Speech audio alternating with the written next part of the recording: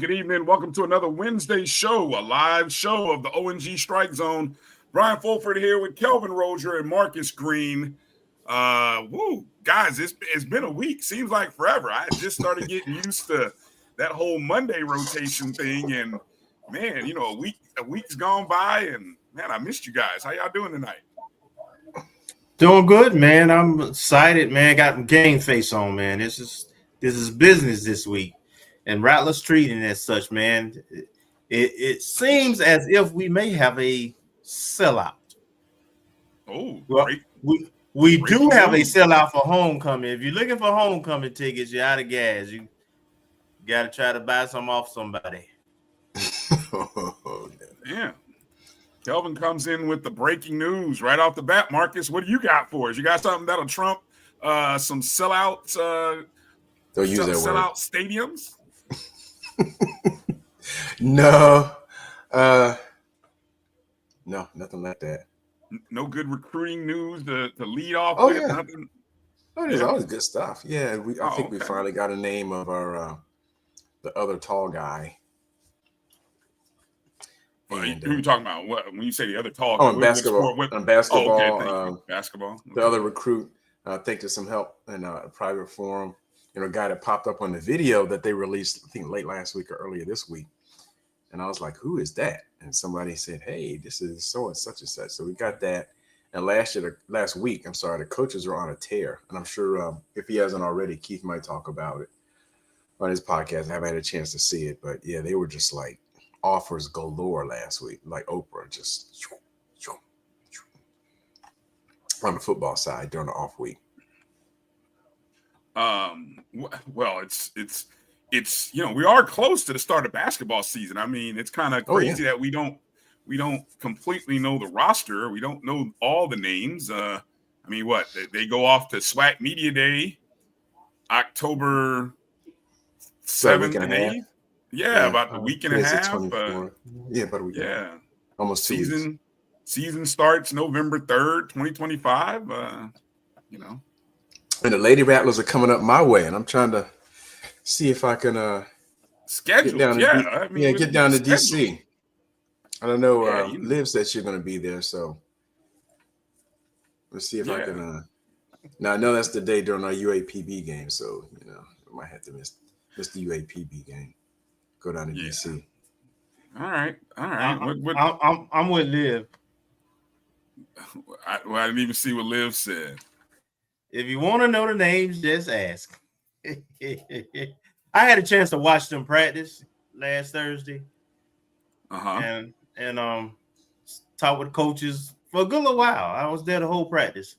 Mm-hmm. And let me just say, Rattler Nation, we will be very proud of the product that is on the court. And it will look nothing like we've probably seen in recent times, maybe in a long time. We have some length, some athleticism. We have a lot to work with. You just got to see if it comes together. Okay. I know. Well, look, we're. I can't say there's so much sports going on right now. You know, there's never not a good time to talk about it. So I mean, we got schedules that we're hoping that we're kind of piecemealing schedules from other schools. So we kind of again, our coaches have kind of told us via our show. We've heard from Coach Gordon and Coach Ward about the schedules. I guess you know we haven't quite put it all together in terms of dates. We know the locations of a lot of those non-conference games. So hopefully in the next couple of weeks, we'll have that official schedule released. And then, you know, they're selling season tickets, though. I do know that. I've seen the advertisement selling season tickets for men and women. Marcus, you made a interesting you saw something very interesting regarding the season tickets and the pricing. You want to go ahead and share that? Yeah, I saw courtside was at $550, $550 I guess per ticket for courtside for the season ticket package. And is that men and women, or is it just? I'm assuming so. I'm assuming it's for the whole season. I'm assuming it's for the whole season and for both both teams. So I mean, when you break it down by game, I mean, cost per game, it's not bad at all. Okay. It might be a little shock, all at one fell swoop, but in terms of if you're planning on attending every game and you look at it men's and women's and count the number of games you're going to, it's probably a reasonable price and might even be underpriced. But if you're looking at how many home games do we have, including out of conference. Eight conference games and eight conference games, and then four-ish. I think I was going to say three, but if four, I like four. Each men and women. So yeah. Okay. So yeah, I mean, in terms of breaking it down by game, and if you break it down by men and women game, double header, it's not bad, per game price. Gotcha. Kelvin, I know Gail said she purchased her season tickets already with her football tickets. You mentioned going up to the ticket office earlier. Did you already get your tickets? I have my 3 in my FAMU Ticketmaster account. Okay. What about you? That means. Look, I roll media. That's why I'm in media. I told y'all this story. When I learned as a young person that being wrong answer. Exactly. Well, look, it is what it is. So I'm just keeping it real. I can't remember the last time I paid for a ticket. If I can get in as media and cover and talk about it, I'll go that route. Take pictures, take video. I am what I am. So no apologies. So there it is. But yeah, we'll get some more information out to you guys about that. EA asked the question: did they have the weekend courtside package? Kelvin, I only seen 2 packages, and so my understanding, I guess what I'm thinking is that's rolled into, but I'm not sure. The 550 or 5 whatever it is, I think it's rolled into that. Okay. Hey, somebody help us out. Help us out. We want to get people some info. We're trying to. We gotta promote. We got a lot of stuff that we want to promote and share. And so, any information, we know a lot of folks are watching the show, and so any information that you guys can feed us so that we can share with Rattler Nation, please do so. Even if it's not all the information, some information gets people excited. Well, hey, we've got a great show for you tonight. I want to thank everybody for jumping in early and getting with us. And however you're watching the show, watching us on the YouTube feed via the Jericho Broadcast Network, Black College Sports Network, YouTube feed at MyJBN Online, where you can also join and be a part of the YouTube channel. Thanks to all of our JBN subscribers. You could be watching us on Facebook, the Black College Sports Network Facebook page, our O&G StrikeZone Facebook page. We say hello to all of you. Our Instagram Live folks, I saw, I think Coach Beal jumped in. She might be watching us on IG Live. What up, Coach? How you doing? Always a pleasure to see you. Our Twitter folks, our Twitter family, hello to you. And I think we also got another YouTube channel on the O&G StrikeZone YouTube feed as well. So all of those places that you're watching the show, hit the thumbs up and the like button, however and wherever you're watching the show. It's greatly appreciated, 100%. So coming up on tonight's show, it is Alabama State Week, and it's Jackson State weekend for the football team. Both football and volleyball are opening up the conference season this weekend. How big of a weekend is this? Without a doubt, it's the Lady Rattlers are in the hunt, and they're going to start their defense, the title defense of the SWAC championship. 3 of the last 4 years, all since we've been in the SWAC, we've won the championship. 3 of the 4 years, been to the championship game 4 years consecutively. We open up against Jackson State Friday, 6:00, and then there's a Sunday afternoon match against Mississippi Valley State. And then, of course, in between that on Saturday, of course, is the SWAC football season against Alabama State. So I guess some people might call them rivals, but it's hard to be a rival when you hadn't really beaten us. So I mean, our folks from up north, they're coming down to Tallahassee to take on the Rattlers, and as Kelvin said, we're expecting a good crowd, a good sellout. So if you can't get your tickets, you're gonna have to hurry up and get them. You can always watch it right there on HBCU Go Sports, or you can listen to it on the Rattler Football Network, myself and Albert Chester, 96.1 Jams locally, but also via iHeartRadio. And so if you want to listen to the broadcast and watch, hey, I always recommend doing that. Might be a slight delay, but, it's all good. You're going to hear some good commentary from people that you know, love, and trust. So there you go. So we'll talk more about that as we go. But the guests for tonight, the guest lineup include none other than former FAMU alumni president and current VP for institutional advance at Alabama State, a Rattler alum he is, Colonel Greg Clark. Colonel Greg Clark is going to be joining the show, bottom of the hour, coming up. And then at the top of hour 2, I believe we have Nick Eden joining us. Many of you familiar with Nick, the famous, or maybe the infamous, HBCU Twitter weekly series that he would broadcast and put out via Twitter, which I think he's retired at now officially. But you can also catch him now. He is his show. He's the host or creator of In the Quad with Nick Eden, a weekly show that I think it's weekly that he does on, I believe it's HBCU Plus is the network. But he's a Bama State alum. So we had him on last year. So, hoping for a little more of that good karma that Nick brought to the show. And, we like to bring on guests when we get, we got a list now. We're starting to gather a list. People that we lose, there's not a lot of teams that we've lost to in the SWAC. So there's certain people we don't invite back on the show right now, not until we get back to winning.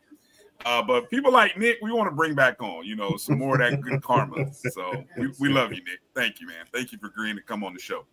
All right, so let's go through the roll call here as we start the show before we get too heavy and deep into things. Let's start off first off with Jimmy Mack, first one in the door. Good to see you, Jimmy. Appreciate you for joining in. Let me see. What's he say? Is that a dub? I see you looking out. What am I missing there? Am I missing something? Talking about a W for Saturday. Oh, for Saturday. Well, of course. Bull's getting his bags, packing his bags. He'll be up in Tallahassee this weekend, no doubt, for sure. It's a lot to do in Tallahassee this weekend, too, Bull. Yeah. Mm-hmm. What else is going on in Tallahassee? Well, Friday we have the local alumni chapter having a function off South Adams in the Tallahassee Nights Live Performance Center, right across from Early's Kitchen. And I know Colonel Clark is I ain't gonna steal his thunder, but I know he's got an event Friday night at Eve's on Adam, which is on the top of the Doubletree here. Never been there, so I definitely try to make it. As well as a volleyball game Friday night at 6, a Hall of Fame at 7 at Gaither. Yeah. So there is no void of activities that are free and paid. You got your choice. Good stuff. What up, Ken? Good to see you. Thanks for checking in. Hello to you, Melissa Wilson, checking in. Hey, good Melissa. To see you. Good to have you in. Kelvin managed in as well. Marvin Allen checking in. Good to see you, Marvin. Duval. Meredith checking in. Thank you for being a JVN subscriber. Yeah. Dallas, Texas, checking in. Okay. Let us know where you're from. Let us know where you're from. Thank you for coming in. Demetra, good to see you, Demetra. What's up, Mitra? B Starks in the house. Thank you for being a JBN subscriber. Mary 305. Hey, Auntie. Another JBN subscriber. Good to see you as well. Ashton Harris, always a pleasure to have in the you. House. Yes, sir. There she is. Liv checking in. Twin Cities in the house. Mm-hmm. Erie Young checking in from the Carolinas. What's up, Erie? Good stuff. Marcus checking in from Middle Georgia. What's going on, Marcus? Thank you for being a JBN subscriber. Mary said the house is divided this weekend. Woo! Alabama versus Florida going on in a couple of different cities, huh? Woo! Yeah. Boy, that's a fun weekend. It is the start of the SWAC football season, so all 12 SWAC schools are playing each other. So probably, I think this is the earliest that I think we have seen all the schools play conference games against one another.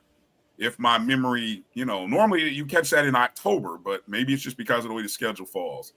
But shout out to the SWAC schedulers. Chuck Hunt checking in from Monroe, Louisiana. What's Good up, to see Chuck? you, Chuck. JT coming in. Good to see you, JT, in the house. JT in the house. Kiva West in the house. Good evening. What's up, Kiva? James Austin. Yeah. What's up, James? Mm-hmm. Ron Jab checking in. Good to see you as well. Larry's asking the important question. See, I love that. Larry, way to come in and ask the important question. What does Vegas say? I got to check that. I'll have some updates and see. Vegas doesn't like to drop FCS lines this early. It's Wednesday. Usually they like to drop those on a late Thursday or Friday. But I got a couple of sites that I can check on and see what the computers think. The computers, they always seem to have an idea. Good to see you. Good checking in, Tony. Good to see you checking in. Troy checking in. Good to see you, Troy. What's up, Eyebrow? We got any eyebrow bets going on this weekend, Troy? I mean, it's a lot of talk by Bama State folks. Is it, first conference game of the season? Let's see if Troy got some eyebrow bets going on. Good to see you, Gail. Thanks for checking in as well. What's up, Gail? Marcus, there's a question for you. I'm not really sure about this. No. No? Okay. Good question. Let's see. Southbound. Okay. What's up, Southbound? Yeah. Good to see you. Okay. Yeah, maybe I was about to say something, but I'm not. I'll pass this early. I'll wait till Nick comes on. I'll wait. I'll save it. Good to see you, Tamara T. Thanks for checking in. What's up, Tamara T? Little baby in the house. Hey, big little baby. Let's see if I'll get Marcus's stuff here in a second. Road Dog, good to see you, Road Dog, checking in. Man, don't do my boy like that. Who'd I miss? You know I got to do my high. EA. I already brought up EA's tweet, so if you want, high then. There you go. I already brought up EA earlier in the show. November 3rd, USF, FAMU. Hey, the good thing about this FAMU basketball schedule, they are everywhere in the state of Florida. They are in Orlando, they're in Tampa, I believe they're in Jacksonville, obviously in Tallahassee. I don't think they're in South Florida. I think that's the only place you won't see FAMU basketball within the state of Florida. Liv, am I correct on that? I'm gonna go to Liv with these kind of questions. So, and they're in Gainesville, and I'm talking either men and or women. So, yeah, I think the Rattlers are all over the state, maybe with the exception of those. Kerry Daniels checking in. Let's see.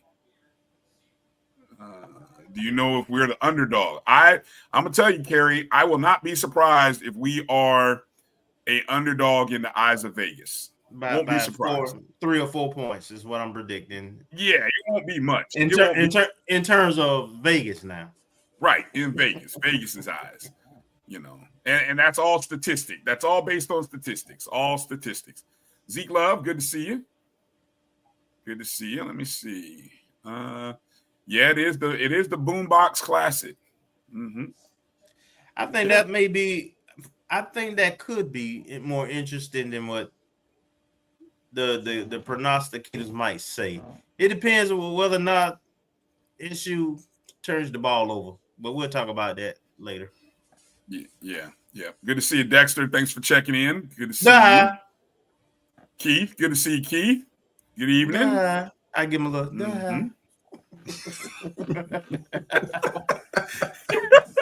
Hitman checking in from Charlestown, South Carolina, aka Hitman. Good to see you. Look, they asking for weather updates now. EA wants to know what's the weather looking like this weekend. It's still meteorologist Kelvin Rozier on the scene. It's still early. I don't know what the hour by hour breakdown. I know there was a chance, 30-40% chance early in the week. Mm-hmm. Good to see you, Joseph Carver. Always, it's always we invite our fellow HBCU family to come on in. So no shade. We got some good Alabama State folks coming up in the show. So pull up a chair and just promise you hit me that thumbs up button if you would. Liv did say there's a scrimmage scheduled against Edward Waters. That should be good. That should be interesting. Mm-hmm. Edward Waters should have a good ball squad. And let's see, more Liv info. Men are staying close except for the games in Texas. Yeah, they wanted to stay close for the non-conference games. Good choice. Love the decision by Coach Ward and staff. Stay close. Get the fan base excited in year one under Coach Ward. Give people an opportunity to see what all the good news will be about this year. Yeah. Before we get ready to head into our first break, we want to take a second and recognize a fallen Rattler. I don't know if many of you heard the news. It definitely was a bit shocking when I learned of it. And this Rattler may be someone that you see all the time at football games and with our head coaches, but maybe just quite didn't know who he was. And we, it's sad to announce that on September 19th, Trooper Craig Gaines was called home. As many of you know, that Trooper Gaines was the Florida Highway Patrol right hand to not only Coach Willie Simmons for at least 6 years when Coach Simmons was the head coach, but also carried it on while he was with Coach James Colsey. And as you can see, we were given this information. There is a public viewing on Sunday in Quincy. So for those of you who are in the area and want to pay respects, there is an opportunity to do that on Sunday. And then a celebration of life on Monday morning, September 29th. Kelvin, I want to kind of step out of the way a little bit and give you an opportunity to share with the family a little bit about Trooper Craig Gaines. Well, just a good, solid guy. There's a lot of guys who know him a lot better than I do, but a lot of the, he's from a family of Rattlers, first of all.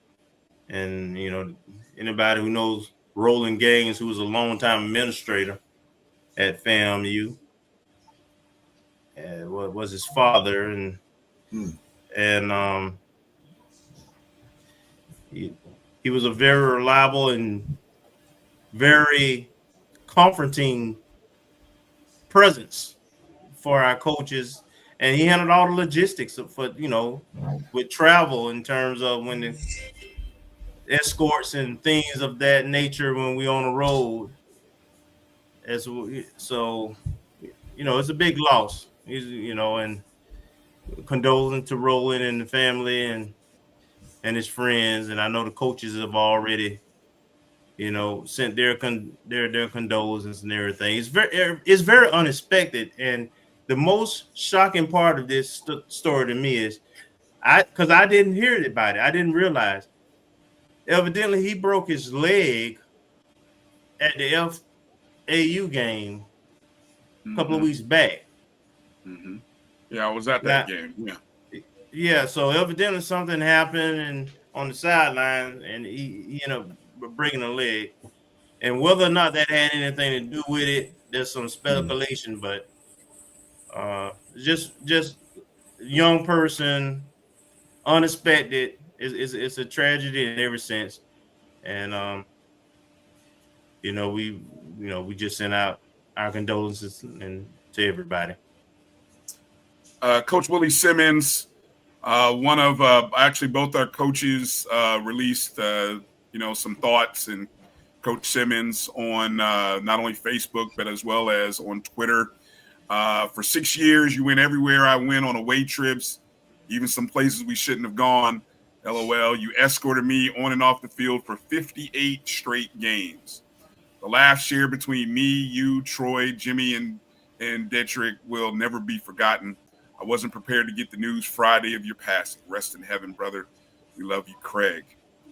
And then from Coach James Colsey, I always got you, Coach Colsey.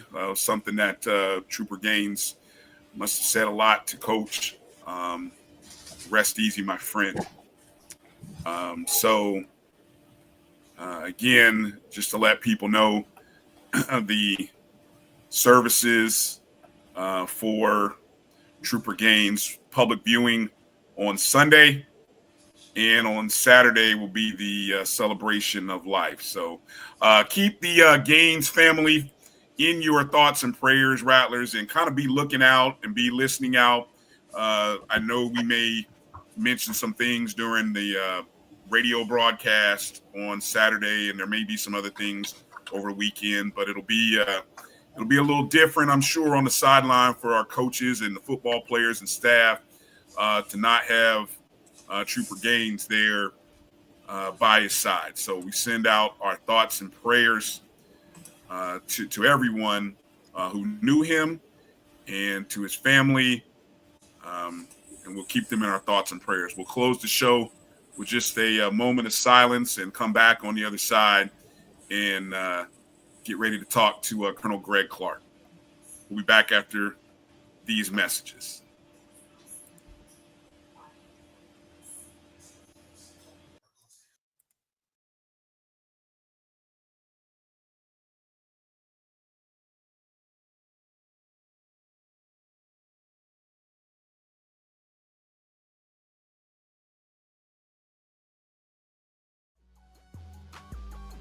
This is the Dean of the College of HBCU Sports, Kenyatta Cavill of Dr. Cavill's Inside the HBCU Sports Lab with Mike Washington and Charles Bishop. Come mix it up in the lab where the course lecture is in session every Tuesday from 6 o'clock p.m. Central Standard Time on Facebook Live, YouTube Spreaker, or the BCSN app, as we discuss all things about the HBCU sports culture, including exploring the week that was in the sporting HBCU diaspora, as well as the upcoming week of HBCU sports. With me, the Dean, the College of HBCU Sports, on Dr. Cavill's Inside the HBCU Sports Lab with Mike Washington and Charles Bishop. Course lecture dismissed.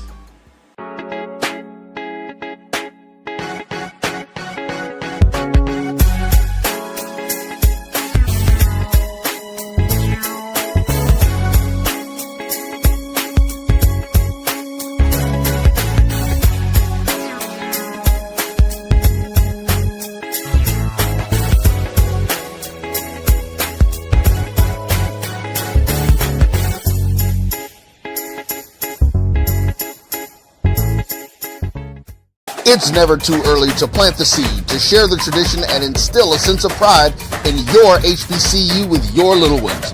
HBCU Pride and Joy Children's Boutique helps you share your school spirit with a wide selection of adorable kids apparel and accessories officially licensed from your favorite HBCU. Visit hbcupridejoy.com and follow us on all social media at HBCU Pride Joy on Facebook and Twitter. over 30 years, HBCU Image has been more than just an apparel store. We've been a movement, a statement, a legacy. We celebrate the pride, the purpose, and the culture that make historically black colleges and universities legendary.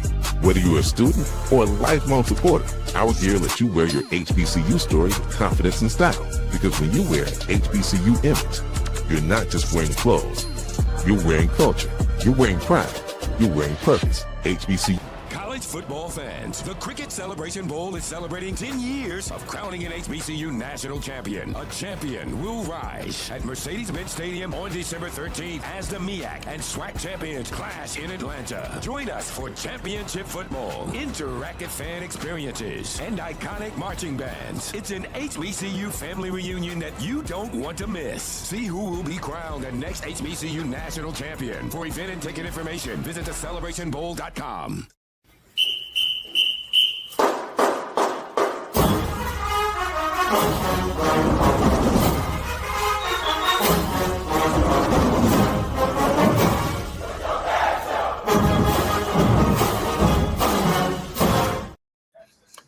All right, welcome back to the O&G Strike Zone. Bryan, Kelvin, Marcus, and welcome back to the O&G Strike Zone. Wearing a little bit different colors, but those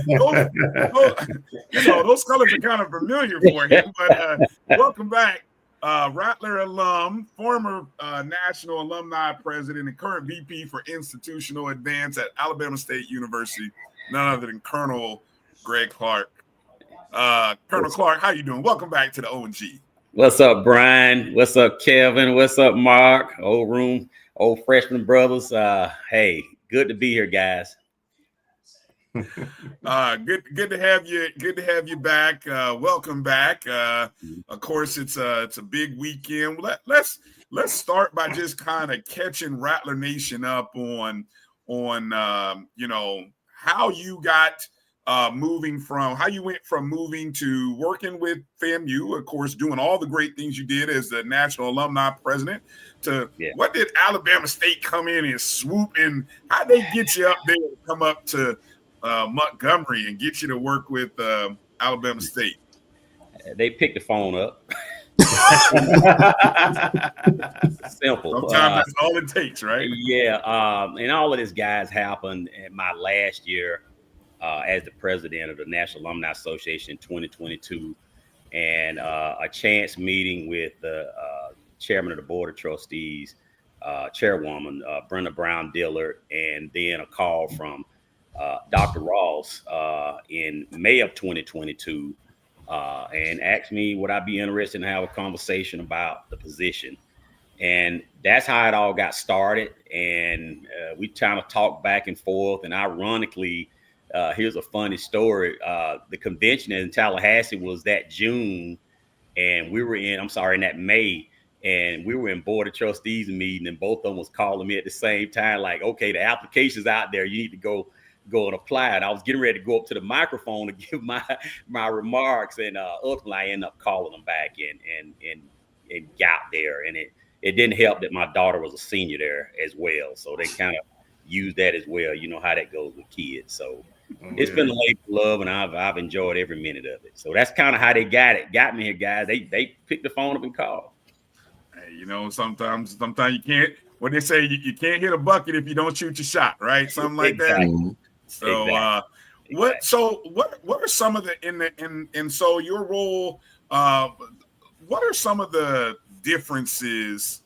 And obviously, being in a different state, that opens up all kinds of opportunities. But what are some of the differences that you have experienced that exist in Alabama with Alabama State that you've obviously, spent years working in Florida and familiar with Florida? What are some of those differences between the two states and maybe even the university, the way the university functions?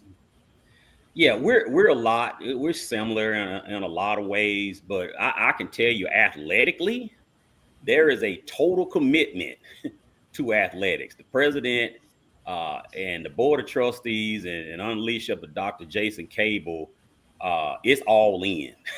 and of course, that's evident by the number of SWAC commissioners cups that they at the university have won. So I would say that would be a big difference. I think that we have the president assembled a great leadership team.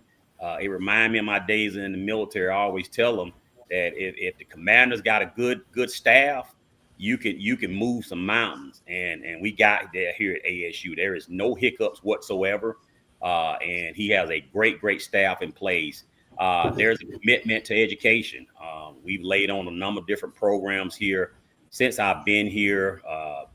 Cranes are going up around here, and it's just a good situation. Okay. Go ahead, Kelvin. Greg, Alabama State is renowned and known around HBU circles for their athletic facilities. They have some of the best athletic facilities in the not just HBCU, but just in general in D1. And I know there were certain things that happened to allow that to happen. Everybody might not understand and know about how that came about, so to speak. So kind of talk about that. Well, I'm gonna clear the air with some of this. Of course, you've been in, the stadium inside of the basketball arena, and the misnomer is that Alabama State built that stadium off of a lawsuit, Knight versus the state of Alabama back in the day. After that didn't happen. Alabama State went and borrowed the money to build a stadium. Of course, when I got here, that's really the only debt the university had was paying on the football stadium. And so, it helps that our president spent many years in the Alabama State Senate, and he understands how to maneuver through those mechanisms down there to get the funding in place. But that lawsuit did help and putting some dollars in an endowment for us, but it did not fund the building of this stadium, which most people think.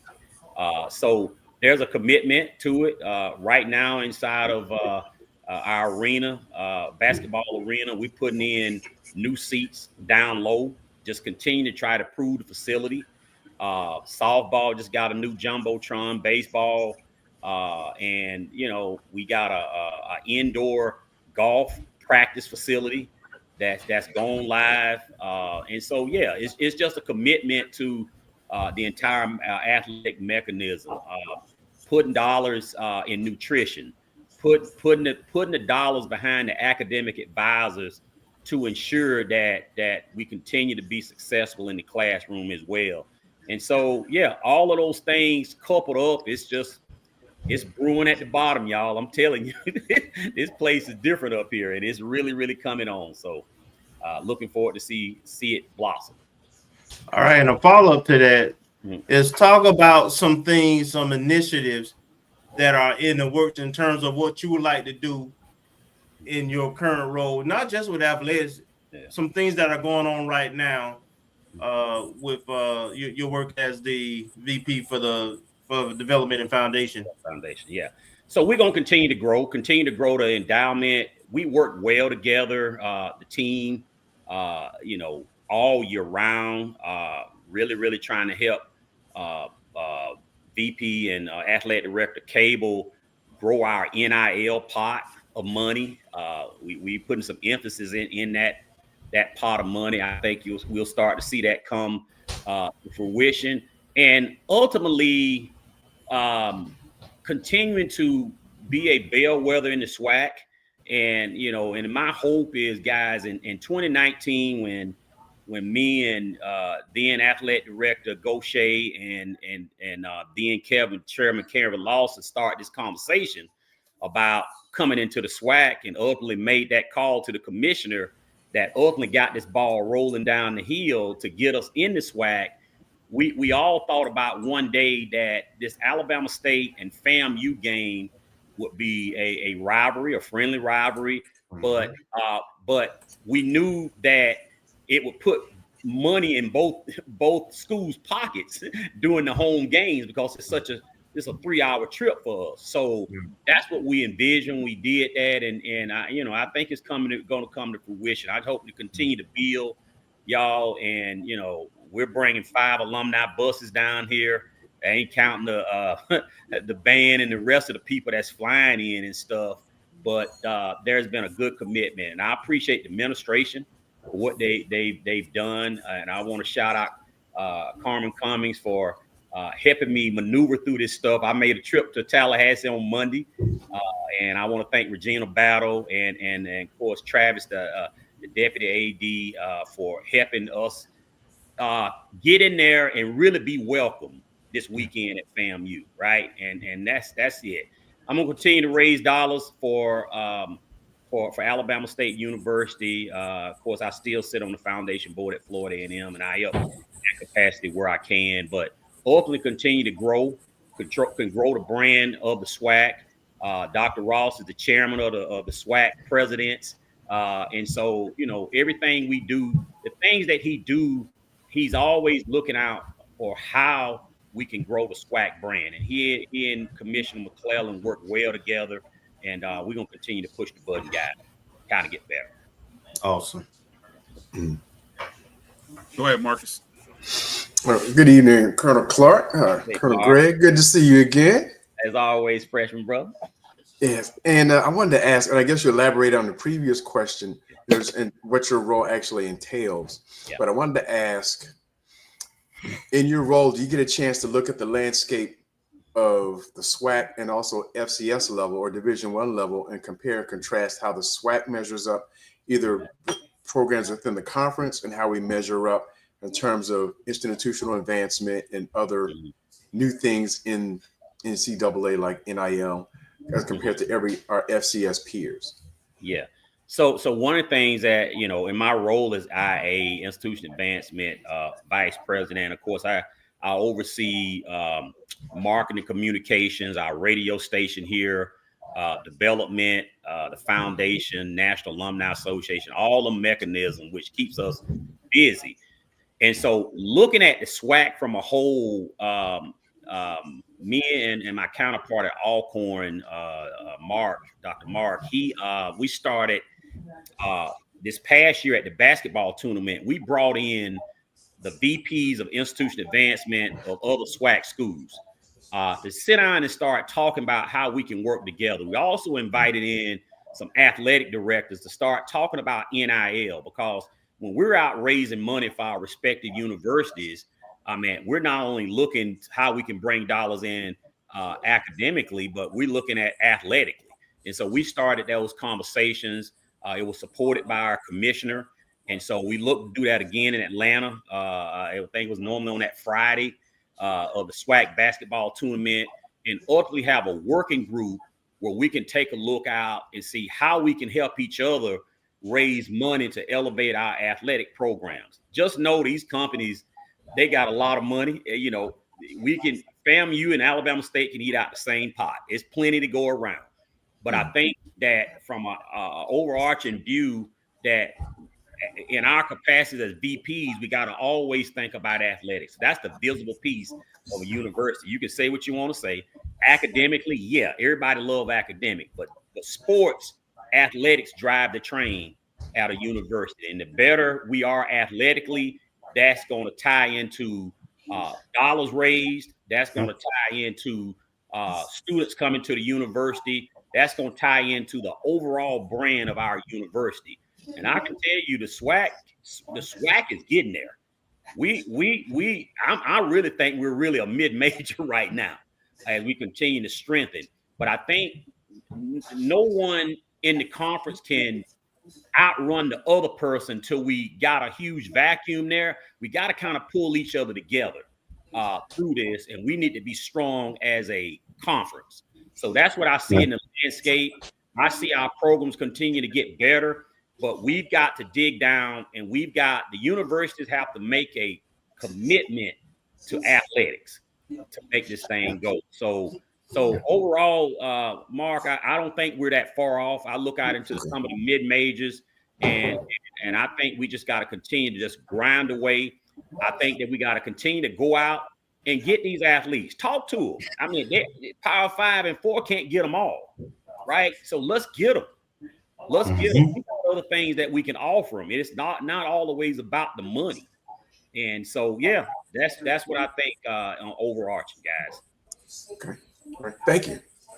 Let me ask this. So my first question or thought, and I'm going back to something you said about that all-in commitment from the university. So if I asked you to kind of give a percentage, on what percentage scale would you say between all-in commitment from the university? I think I froze. Yeah, I could be. Hopefully, I'm not broken up. Am I coming in good? Okay, yeah, gotcha. Okay. Between all-in commitment from the university versus state policies and politics in terms of what you can and can't do, what is that percentage of your ability or the university's ability to fund athletic programs the way they're being funded at Alabama State? What does that percentage look like? I don't know the percentage off the top of my head. I'd have to get the athletic with that. But I would tell you that as far as funding the full scholarships, of funding the total cost of attendance, which is a big one, especially when kids can get a check in their pocket every semester, and also funding in a lot of cases some academic awards to the student athletes. But I don't know the percentage, Brian, and I have to get the AD Cable on to tell me that. But I can tell you it's significant. It's well, and let me say, I don't necessarily, I'm not looking for a number, but I'm more so looking for a theoretical percentage, like the ability to do it. Is it 75% because we want to, because we're all in, or is it like 50% because we can and 50% because we are? You know what I'm saying? If I'm making sense with that question. I'm gonna go say 100% because we can, we are, and we will. Our president is like, okay, I'm gonna give you the resources. Now I want return on investment. He said that all the time. If we can figure out a way to get it done, we're gonna do it.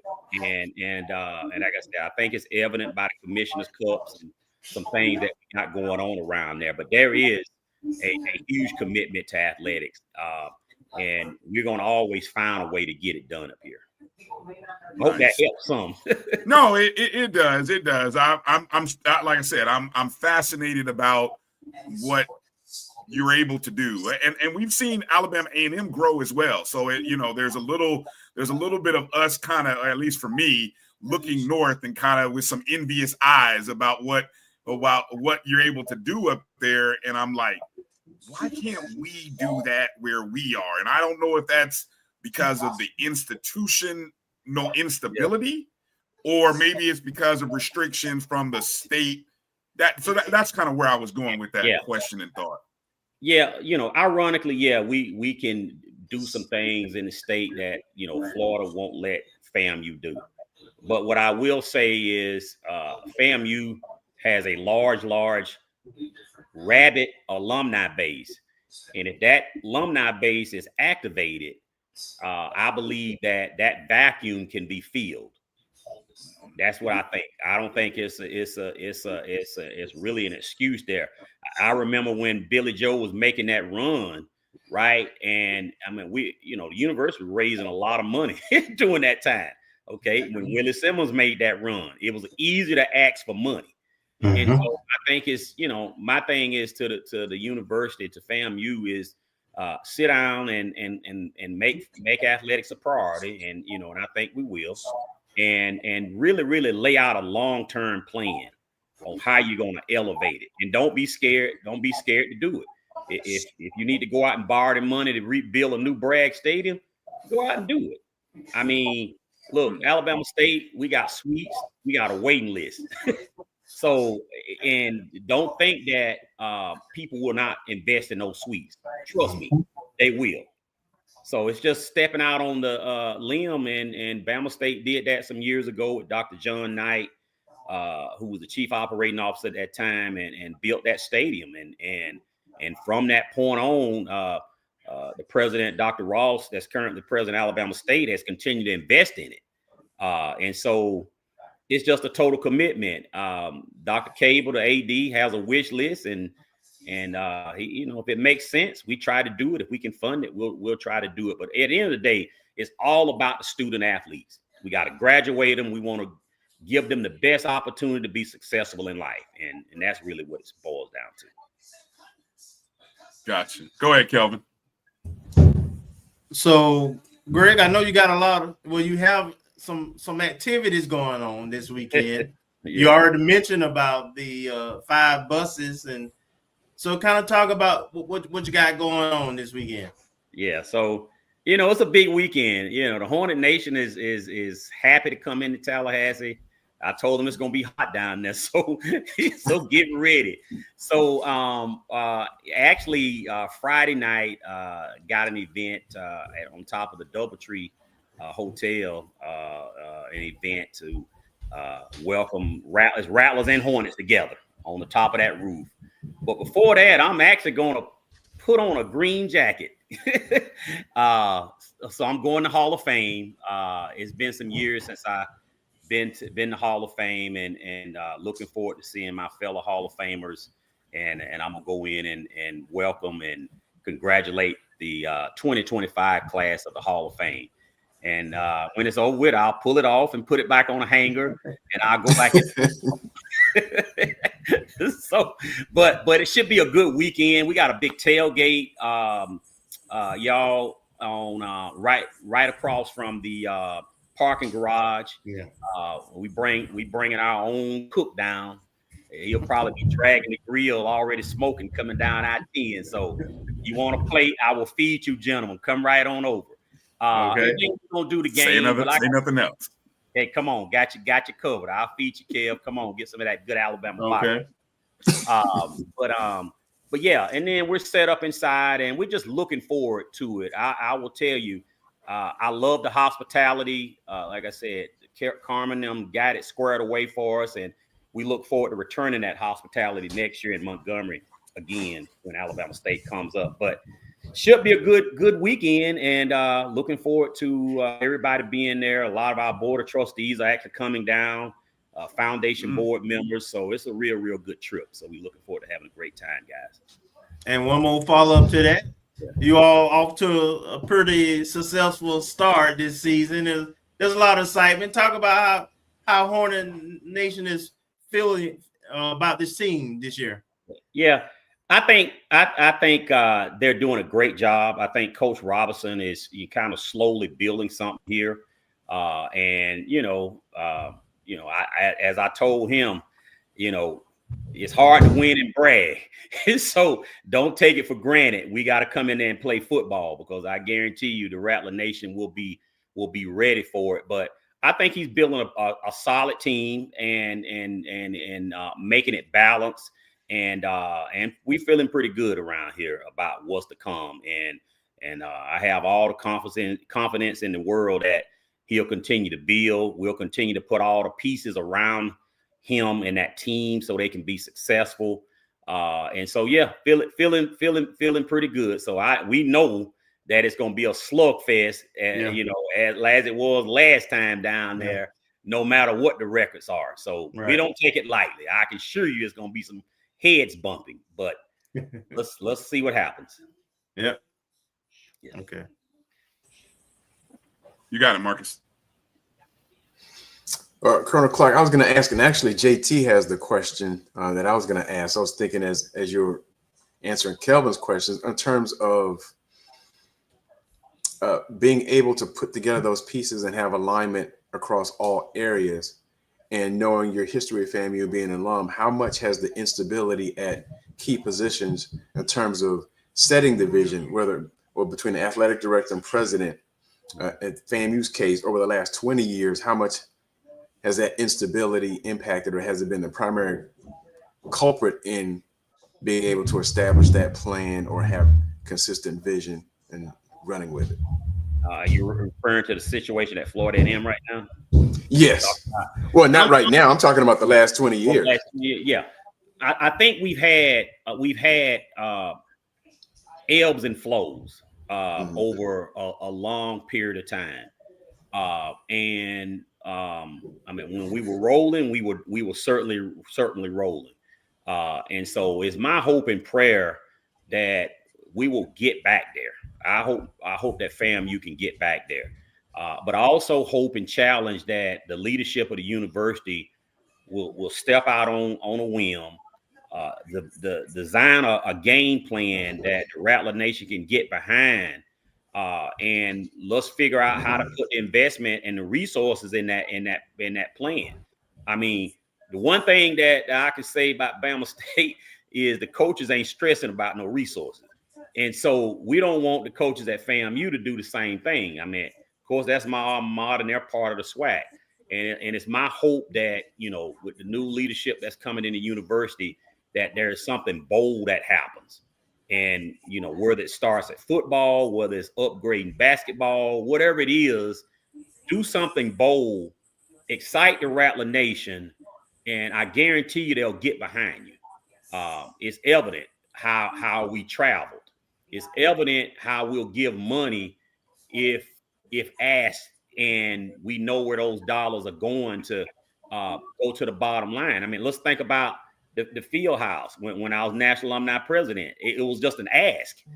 Okay, we gonna do this, redo this field house. Okay, here's how much we need. Let's go do it, right? And it's got to be that kind. But I think where FAMU sits right now, it needs to be a bold step out on faith and trust that the alumni will get behind the leadership of the university and help drive this to fruition. So, Mark, it's been ebbs and flows. It is my prayer that it gets back to where it needs to be, because I can foresee a day, if that happens, I can foresee a day where FAMU, Alabama State, I'm talking about on the east side, Alabama A&M, FAMU, Jackson State, all of us, it's like it's going to be the games to be at, period. Whether it's football or whatever, I think that's where the power is going in life. And so, A&M is still steadily growing, and we don't need FAMU to regress, right? And so, but we need a commitment, and the commitment comes with, a strategic plan that I'm sure the athletic director will come up with if it hadn't already been developed. But once the AD comes up with that game plan, then we need the leadership to get behind it and take the whole step to get behind it. So I think that's where we are, Mark. Okay, thank you. Yeah, sir. Yes, sir. I was curious about before we kind of wrap up with you. Obviously, what the basketball program did, winning the SWAC, I believe winning a game in the NCAA tournament. There's a lot of excitement behind that, and I'm sure that helped in a lot of ways in terms of raising dollars. What? I'm asking you to speculate. Okay. Should the football program actually find a way to get to the Celebration Bowl, right? How would that compare? Or would it supersede anything that you were able to see or do get after the NCAA tournament with basketball? Well, after basketball, I'll say this. Good question, Bryan. After basketball, it really elevated the brand of ASU another notch up. It helped with student recruitment quite a bit. And then it helped with fundraising. It was easier to make that ask. Now, we mess around there and get to the Celebration Bowl and win that. My job gets a lot easier. And the athletic director's job get a lot easier as far as asking for resources. And so, as with anything, when you winning, alums want to win, period. Supporters want to win. And so, right now we're doing pretty good. Ticket sales are up, and that was from last season, even football, but the elevation of basketball helped to flow into football. Ryan, I tell you, if we get there, the jobs get a little bit easier and raising money, and it really helps our brand even more at Alabama State University. And that's what I think with any school. If you winning, we get the pocket, as they say, the pockets get a little looser. The folks can find some money even when they don't have it to give to their university. And so I think that's where we need to be. And so we'll keep building. And I'm telling you the other thing, guys, I want to really build up this basketball rivalry between the two schools as well. I think baseball is there. I think baseball is already doing it, but I want to see basketball do it. And it might take, I don't know how that SWAC scheduling going, but it might take a Friday or Saturday game to kind of get it stirred up to where it needs to be. But I think overall, Bama State's in a good, solid place. And my prayer is that moving forward with the current university leadership is that we give the Rattler Nation something to be proud about, and let's figure out a way to put some resources into the program. Give the athletes the things they need to be successful. And that's really what it's all about, gentlemen. Well, look, the rivalries are there. I mean, obviously it's there in football. Well, look, you gotta have some wins before it's a rivalry. Right. But the competition is there in football. But look, softball is there in softball. Is there in volleyball. Is there in baseball, as you mentioned. We get basketball going. Cross country, yeah. Thank you. No, I mean, look, indoor track and indoor and outdoor track. Oh yes, indoor track. Yeah. Hey, I think Greg, somebody needs to come up with like a cup, like an Alabama Florida Cup. Something that gets exchanged between the schools. Whoever wins the most games, tournaments, championships in an academic year, I don't know. I'm giving you an idea to run with. Feel free to take it. I know you make things happen, so that's why I'd say. Look, and ironically, the function that we used to throw when I was still alumni president was called a 1085 party. So maybe it's the 1085 Cup or something like that, right? And so I'll talk to my president and we'll get with President Johnson and see if we can get that established. And, maybe it's a cup that starts with football. Maybe next year the win keeps it. It's the 1085 Cup or something. Great idea, guys. Yeah. Y'all got a great education at FAMU. We just let us be on the coattails. Let us come up and present the trophies the first year or something. That's all we ask. They got to make us a title sponsor and that. Let us come up and hand the trophy to somebody. I don't know. We'll make it happen. Y'all definitely Dr. Humphrey's kids, so you're doing all right, guys. All right. Give another shout out. Let people know where they can find you. You're gonna be all over the place in Tallahassee this weekend, but let them know where you want people to come to this weekend. Yeah. So Friday night, of course, it's on the rooftop of the Doubletree Hotel at I think it's called Eve. Yeah. So that's a joint party with Alabama State and FAMU. And so come on up, have a good time.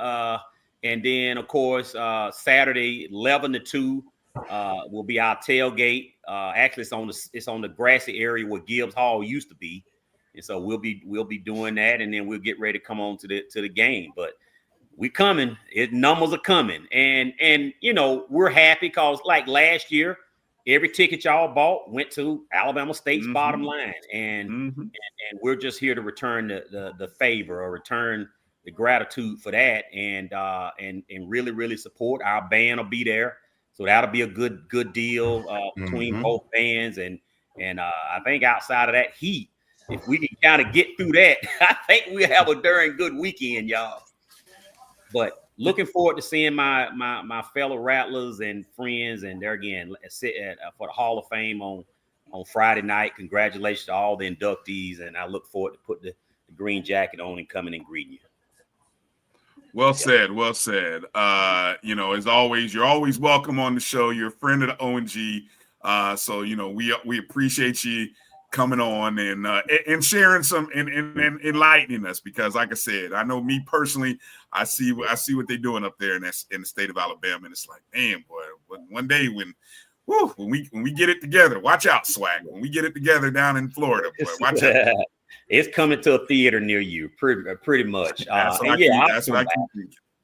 come back, and maybe next time I'll get my counterpart at over at Alcorn, and we'll come on and talk about what we're doing and trying to partner with our ADs and raise money. Love to hear that. Okay. Yeah, we definitely would love to hear that. So, all right. Well, hey, safe travels to you we'll and Hornet Nation. We will see you this weekend. All right. Go Rattlers, go Hornets. Keep doing big things, Grant. I love y'all, brother. Y'all keep up the good work. All right. Love you too, man. All right, Kev. All right, take care. All right. Good to have Colonel Clark on. Woo, boy. A lot of good stuff there, fellas. A lot of good stuff to chew on.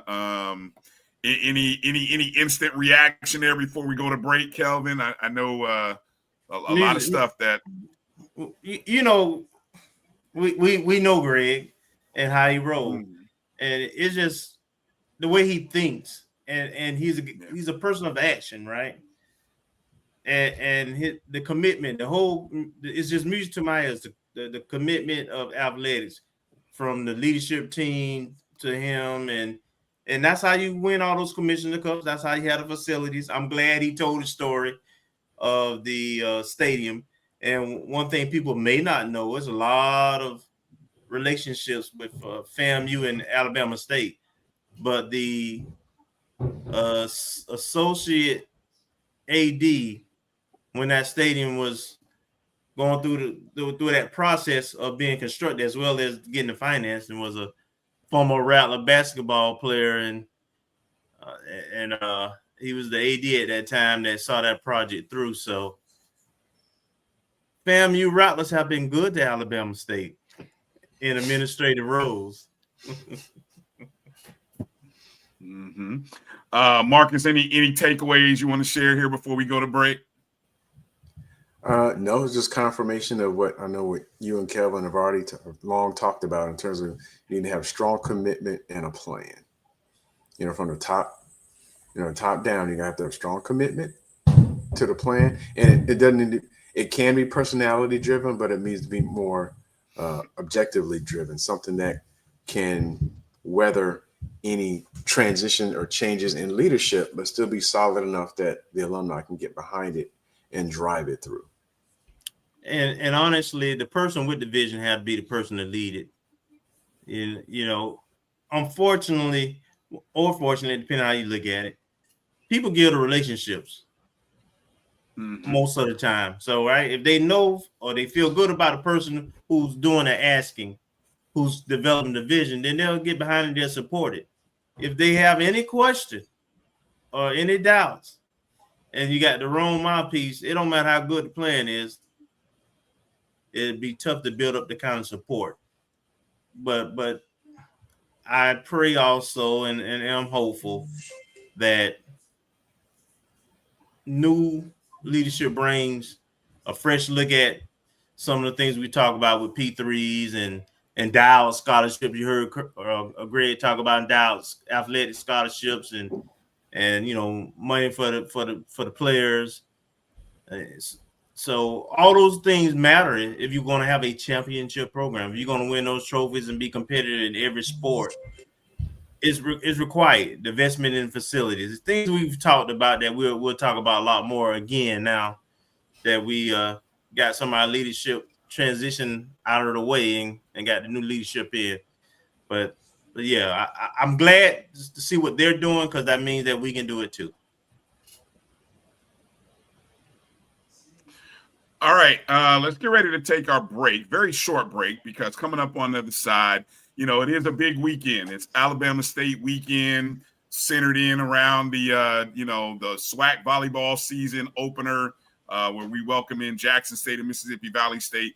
But coming up on the other side, Nick Eden is going to join us, coming back to the O&G. Of course, the creator of the wildly popular HBCU Trending on Twitter, and the current creator and co-host of In the Quad with Nick Eden on HBCU Plus. So Nick's coming back, bringing back some good mojo. And so we can't wait to have Nick on the show and talk about and kind of see what his take is on some real interesting topics that he's got going on.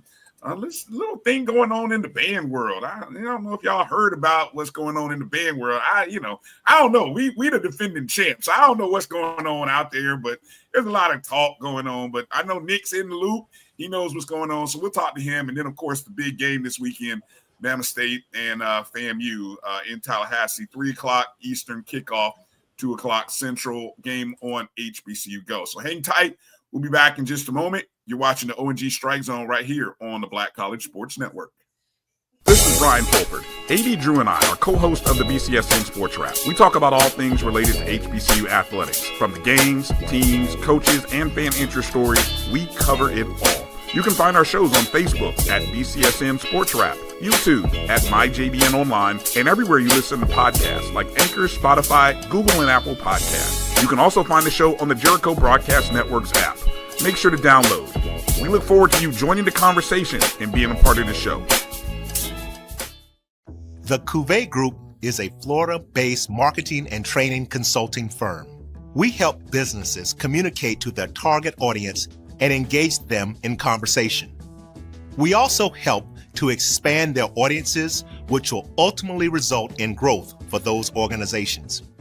In addition to being a certified constant contact specialist, my colleagues and I are also certified in John Maxwell Leadership Principles. We use these proven principles to conduct workshops, training, and private coaching sessions for individuals and companies looking to take things to the next level. Contact us to schedule a free consultation. Issues today, don't delay, call Cuvée.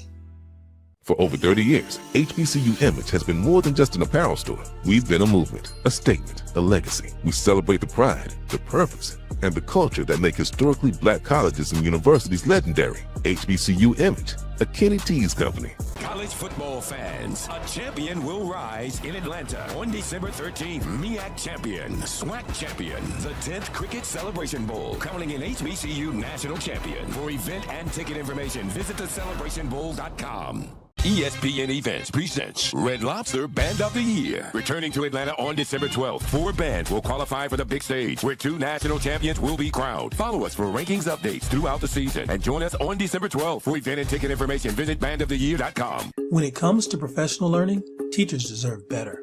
From the leader in online learning, Stride brings you the Stride Professional Development Center, an on-demand library of mobile-friendly courses that gives teachers choice and flexibility, allowing them to learn anytime and anywhere. Our dynamic courses provide bite-sized learning and help educators advance their knowledge while also gaining professional development hours. It's time you take charge of your learning. Visit us today to get started.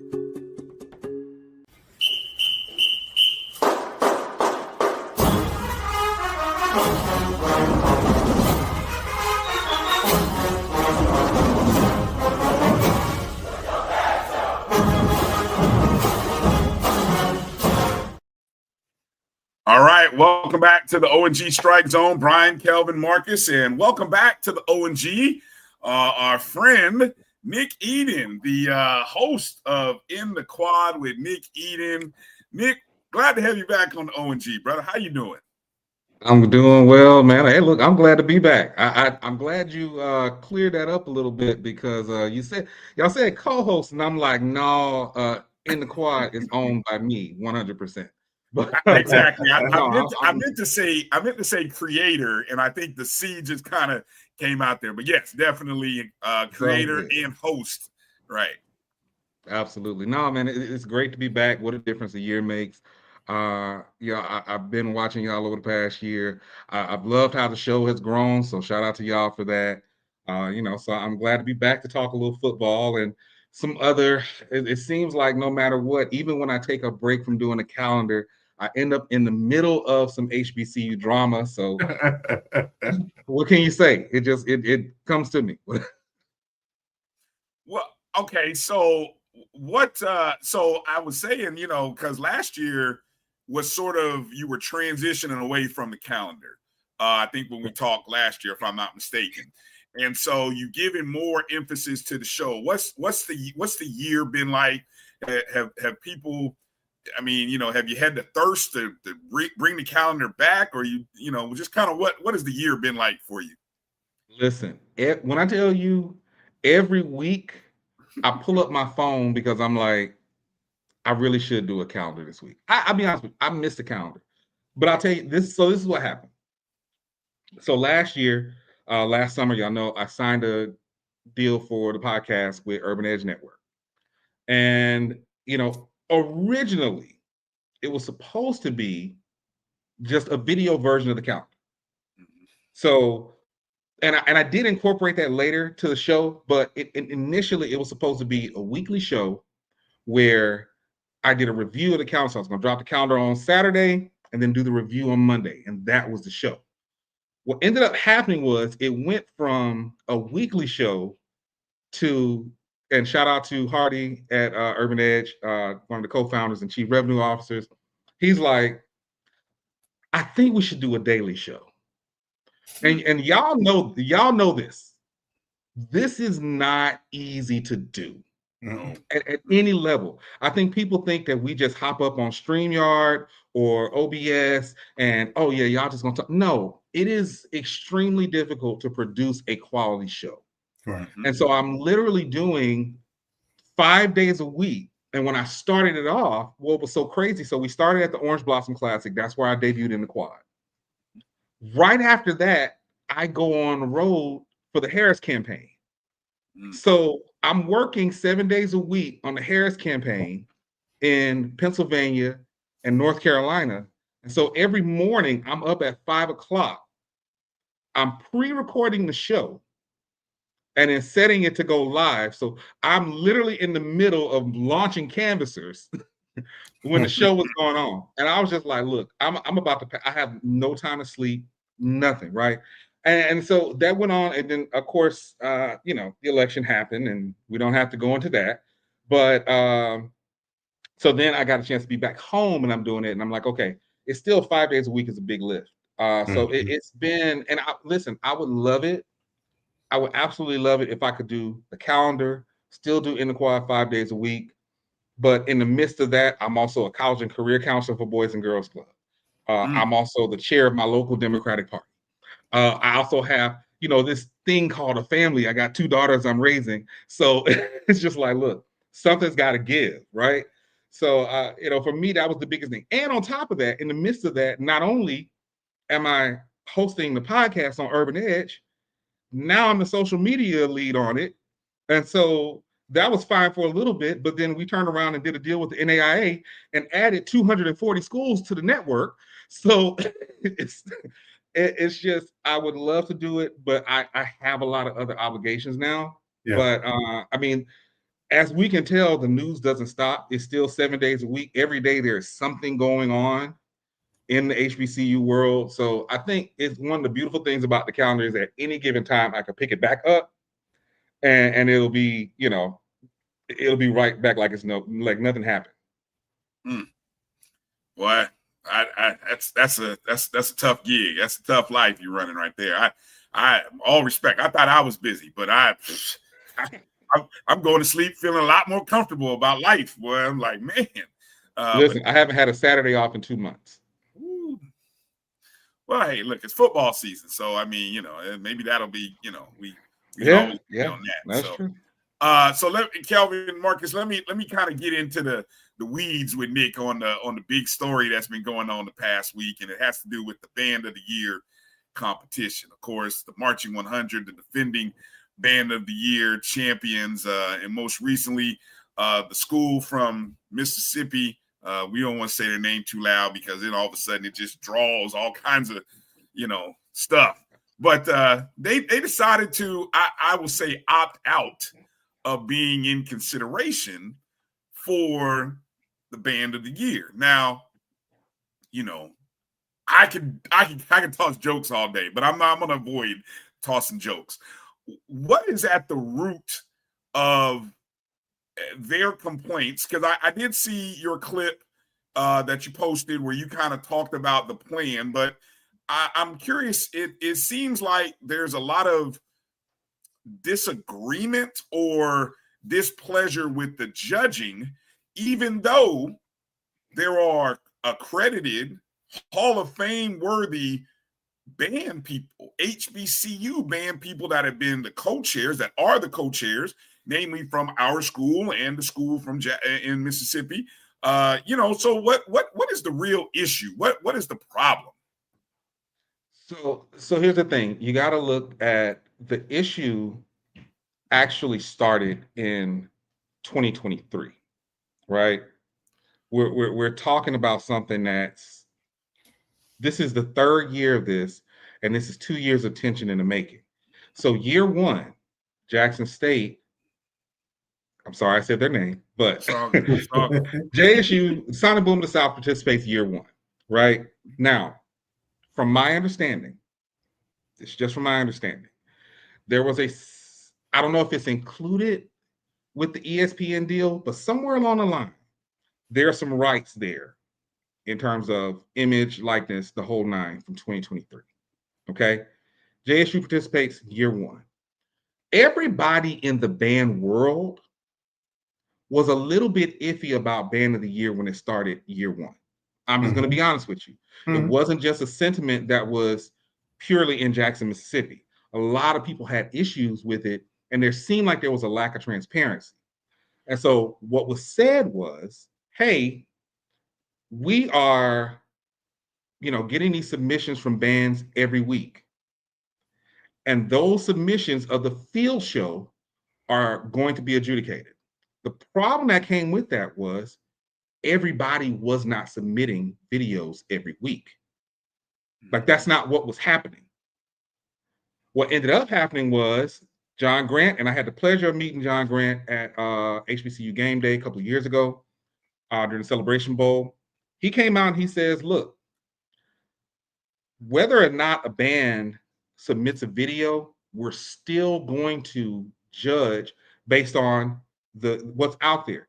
And when we talk about what's out there, you have to talk about the content creators and the YouTube channels that push this content. So Showtime Web, Killer Kev, Smash Time, BandTube HD, KB the Bandhead, all these different entities that put this, they go and they put this stuff out. And so then we're like, okay, so that's where you're getting it from. I felt a certain way about it because I said, well, if that's what you're going to do, then I feel like you should bring those people into the process. My biggest issue with it has always been expand the process because, one, it's a business move. Those folks have their own, like, we can talk about HBCU content all day, but you can look at the numbers. If you look at YouTube right now, HBCU band content drives viewership for HBCUs online. Yeah. It's not there. We can talk sports. I love talking sports. Yeah.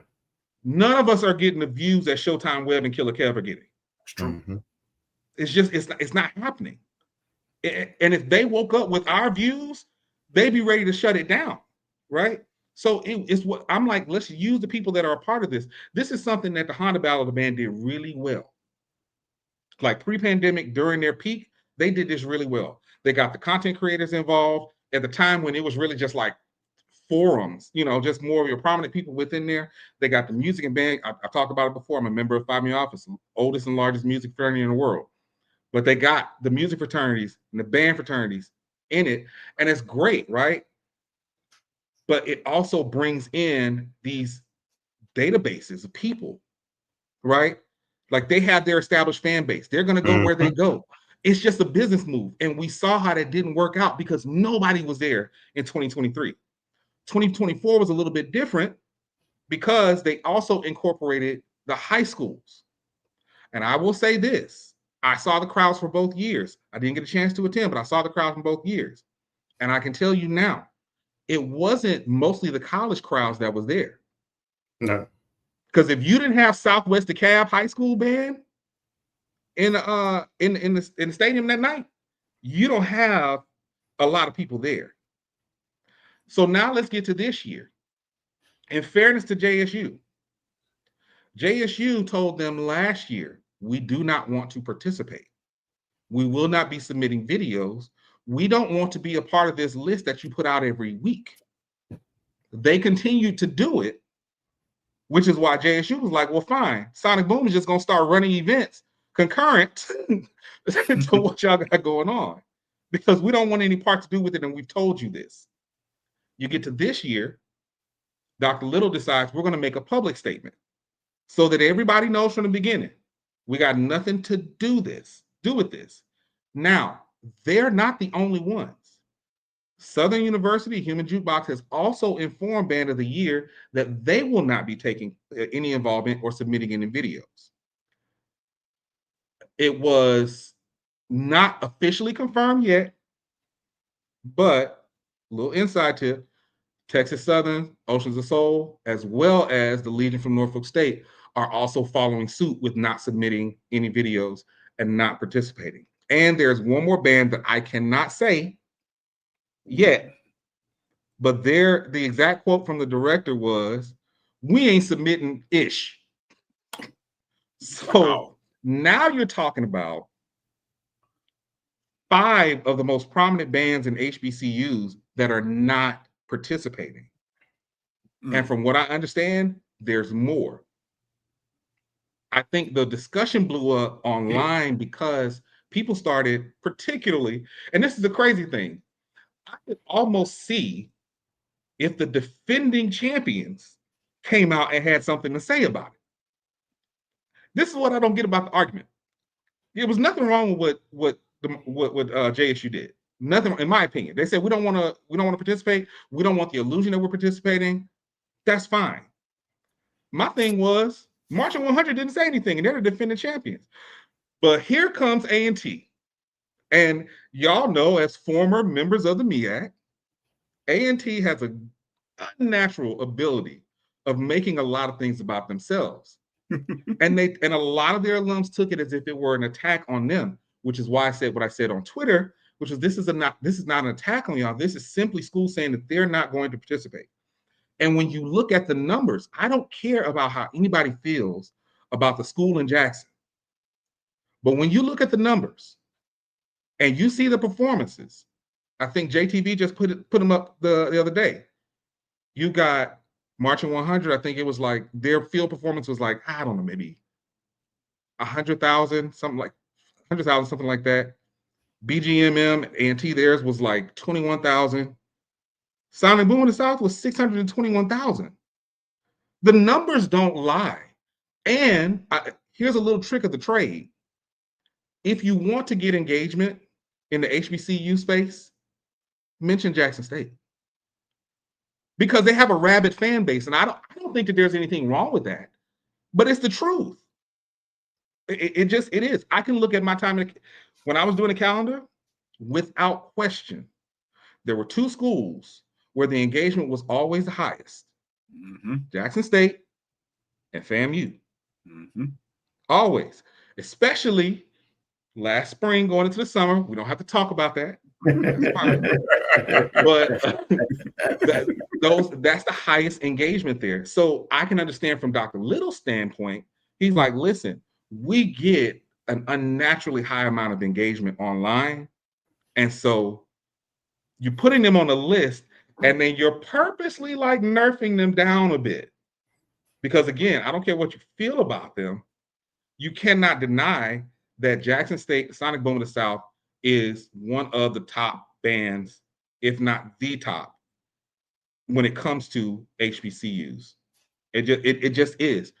Everybody has had their time at the top, things rotate, but yeah, it was pretty apparent that they get a large amount of engagement. And so he just said, look, we're just not going to participate.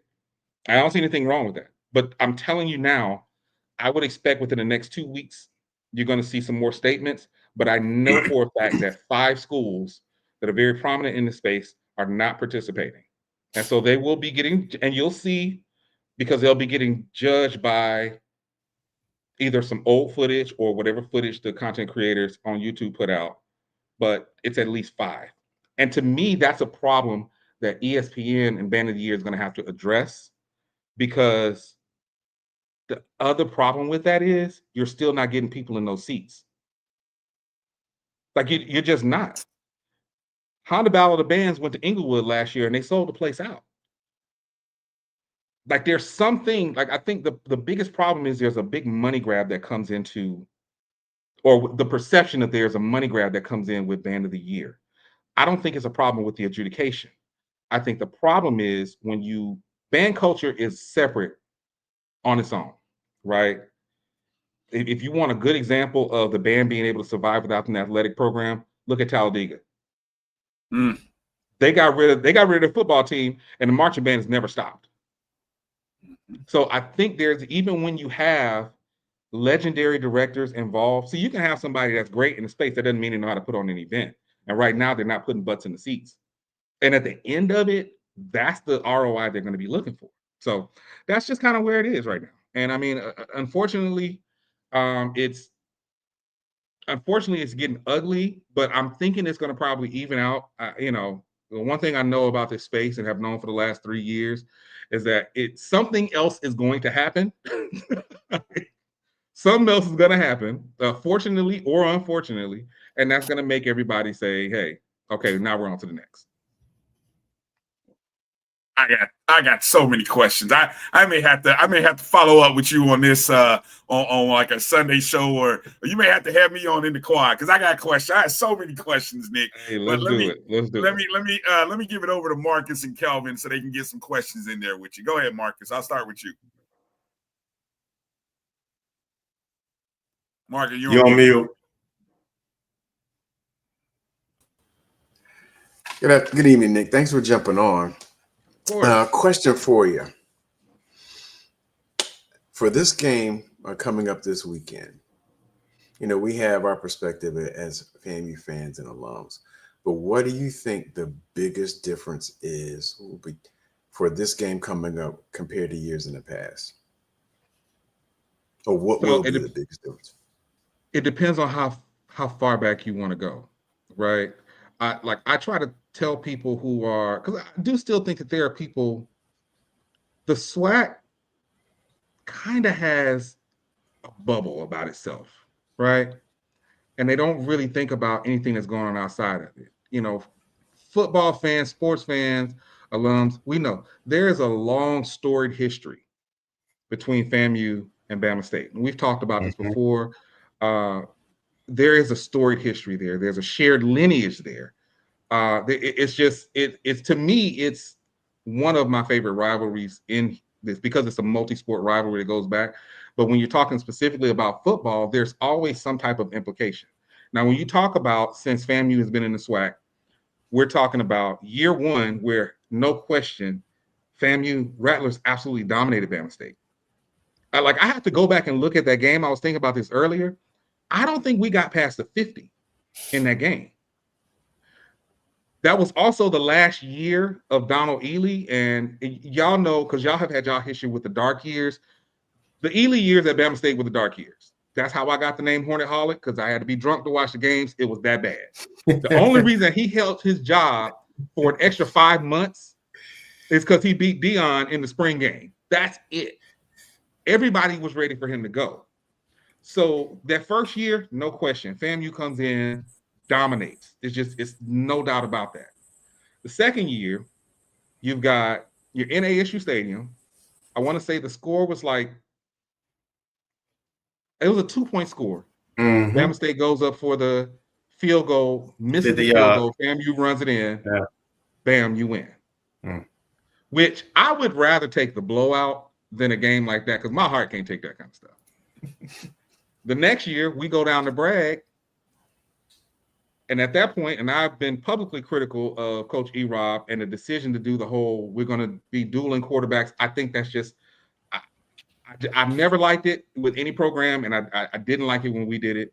But you get Damon Stewart, who gets the ball in the second half, and all of a sudden, Bama State mounts a comeback, but it's not enough. And then you get last year, where we're down to literally our 5th string quarterback. And I would like to say that everybody said Bama State's season was done. When Andrew Body went down at the OBC, they were like, oh, they're going to have a terrible season. Valley's going to have a better record than them. And I know y'all ain't got any sympathy for Valley, but we put 51 on Valley with a 5th string quarterback. So I didn't want to hear that, right? But so the difference is, for the first time in a very long time, because the last time we won the SWAC, I was in school. We have our QB1 and it's definitive. That's the difference. We've had a quarterback rotation every year that we played FAMU since coming into the SWAC. And that's the difference. Now, I will say both teams have taken a bit of a hit on the defense.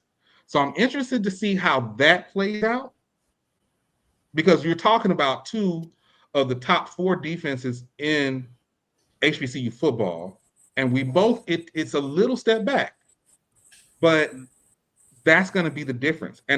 But now my question then goes to, because I know everybody keeps harking back, and I'm telling you right now, I'm not the person. If y'all have noticed, if you see my timeline, you've not seen me bragging one game this year, because I took the directive from E-Rob. He's like, look, no more talking. It's this week and this week only. We'll see y'all next week. So I haven't done any bragging, and I won't do any bragging. Now I'm telling you, Bama State gets the Celebration Bowl, it's gonna be ignorant. You understand me? It's gonna be a whole nother level of ignorance that y'all think. If people thought that I was straight ignorant when we won the SWAC in basketball last year, oh my goodness. I think I did like 5 outfit changes in that show after that game. But I think the difference is this year, and I mean this, it can get ugly for the Rattlers if Andrew Body comes in with the look in his eye like he did at UAB, like he's got something to prove. If he comes in hot like he did then, it might get ugly. But the difference is, and I've been trying to explain this to people all week, the difference is this ain't Protective Stadium in Birmingham. That's right.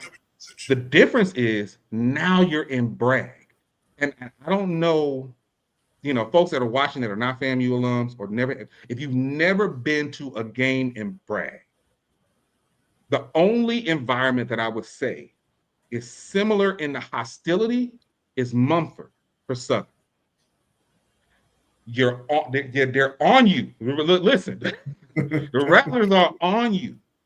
And if he can tunnel vision that, and not let that get to him, then it's gonna be done. And if Bama State gets up like 20, maybe even 30 by the half, if he silences Bragg going into halftime, it's gonna be a hard time for the Rattlers. But I'm interested in seeing it because it's like, no, y'all got let's be real. The whole thing a couple of weeks ago with Albany State, it was like, nah, bro, we can't have this. I was watching the game. I was like, nah, man, we can't. Y'all can't do this to me. Y'all can't do this to me. Not Albany State. And then y'all got a tough, like everybody has kind of counted y'all out this year, right? And you do, and in fairness, you do have some tough home opponents. Mm-hmm. But if I'm looking at history, I don't see how everybody thinks that it's going to necessarily be a gauntlet run in Bragg. I don't see that. But it's going to be some challenges. It really is. So, like I said, I'm interested in seeing it. Like I said, I'm not going to brag, but I'm telling you that the major difference is that we finally have our QB identity, which everyone has said for the last few years. If E-Rob can get that, now we got something. And we've seen it. We've seen what it's been like these last few weeks. Mm-hmm. Good stuff. SWAC East overall is probably, I think it's going to be the toughest it's been in the 4 years that it's been in the way it is. Because I think amongst all of us, and I say us being us, the school in Mississippi, y'all, 2 Alabama schools, that's 3 games that are going to be tough games. And it's going to come down to, I don't know how much of who has the home advantage. Like we have 2 of the 3 at home. Where do you guys? Well, obviously you have 1 neutral site, 1 home, probably 1 away, right? Or so the Mississippi all school of our. If I go by, and I hate to say this because any given, there's no such thing as a cupcake game. No. There's no such thing as a cupcake game. I will say our home schedule is very favorable to us from a traditional standpoint, right? It's our away games, right? And so that first, you start off at UAB in Birmingham, then you turn around and you go to Southern, which again is hostile, but then you turn around and you got Miles the next week, and Miles is not the same Miles that it was when Sam Shade was there, right? It isn't. But we've got you all in Bragg, we've got JSU in the vet, we've got A&M at Magic City Classic. And so it's not a situation where the most important games, we have the comfort of home field advantage. Now, I will say this. It's funny when you look at, especially within the last 10 years or so, when we play Jackson State in ASU Stadium, they beat us. When we play Jackson State in the vet, we beat them. So it's really interesting going into this year that, let's be honest, all three of those are high-profile games, and they all have championship implications. With the way that the schedule is setting itself up now, especially with how early everything is being played, like you got to think, we got so we got y'all Saturday, and you turn around, we got Bethune for homecoming next week, and then you turn around the week after that, we got Jackson. If we pull out Saturday and JSU's homecoming, that means it's very likely if A&M continues on their track, the Magic City Classic could very well decide to SWAC East. So it's a lot of pressure because it's like within all of that, we don't get the advantage of home at any of them. So we're walking into every high-profile game, we're walking into hostile territory. Neutral site, Magic City Classic, of course, but we're still not home, and that's the difference. All right. Good stuff. Go ahead, Kelvin. So first of all, are you going to make it down for the game? Listen, I was planning on it. I got my youngest this weekend, and I'm still probably about 50-50 just getting in the car on Saturday morning and say, look, I'm only 4 hours away from Tallahassee, and she's been begging me to go to a SWAC game this year. So I'm like, I might have to just go ahead and put, but I don't know, because I'm going to tell you something. I don't know if I want to expose my 10-year-old to FAMU just yet. And let me tell you why. Because you'll be a rattler. Yeah, exactly. That's what I'm thinking. Let me tell you why. When I say that there is a shared history, I don't mean just from the Bama State perspective. I mean, even me just personally, right? Like there is I think about now, my classmate, shout out to my classmate, Dr. Ernesto Bowman, who he did his undergrad at Fisk, but he got his master's and his PhD at FAMU. He taught there for 8 years before going to Morgan State and eventually now at Bama State.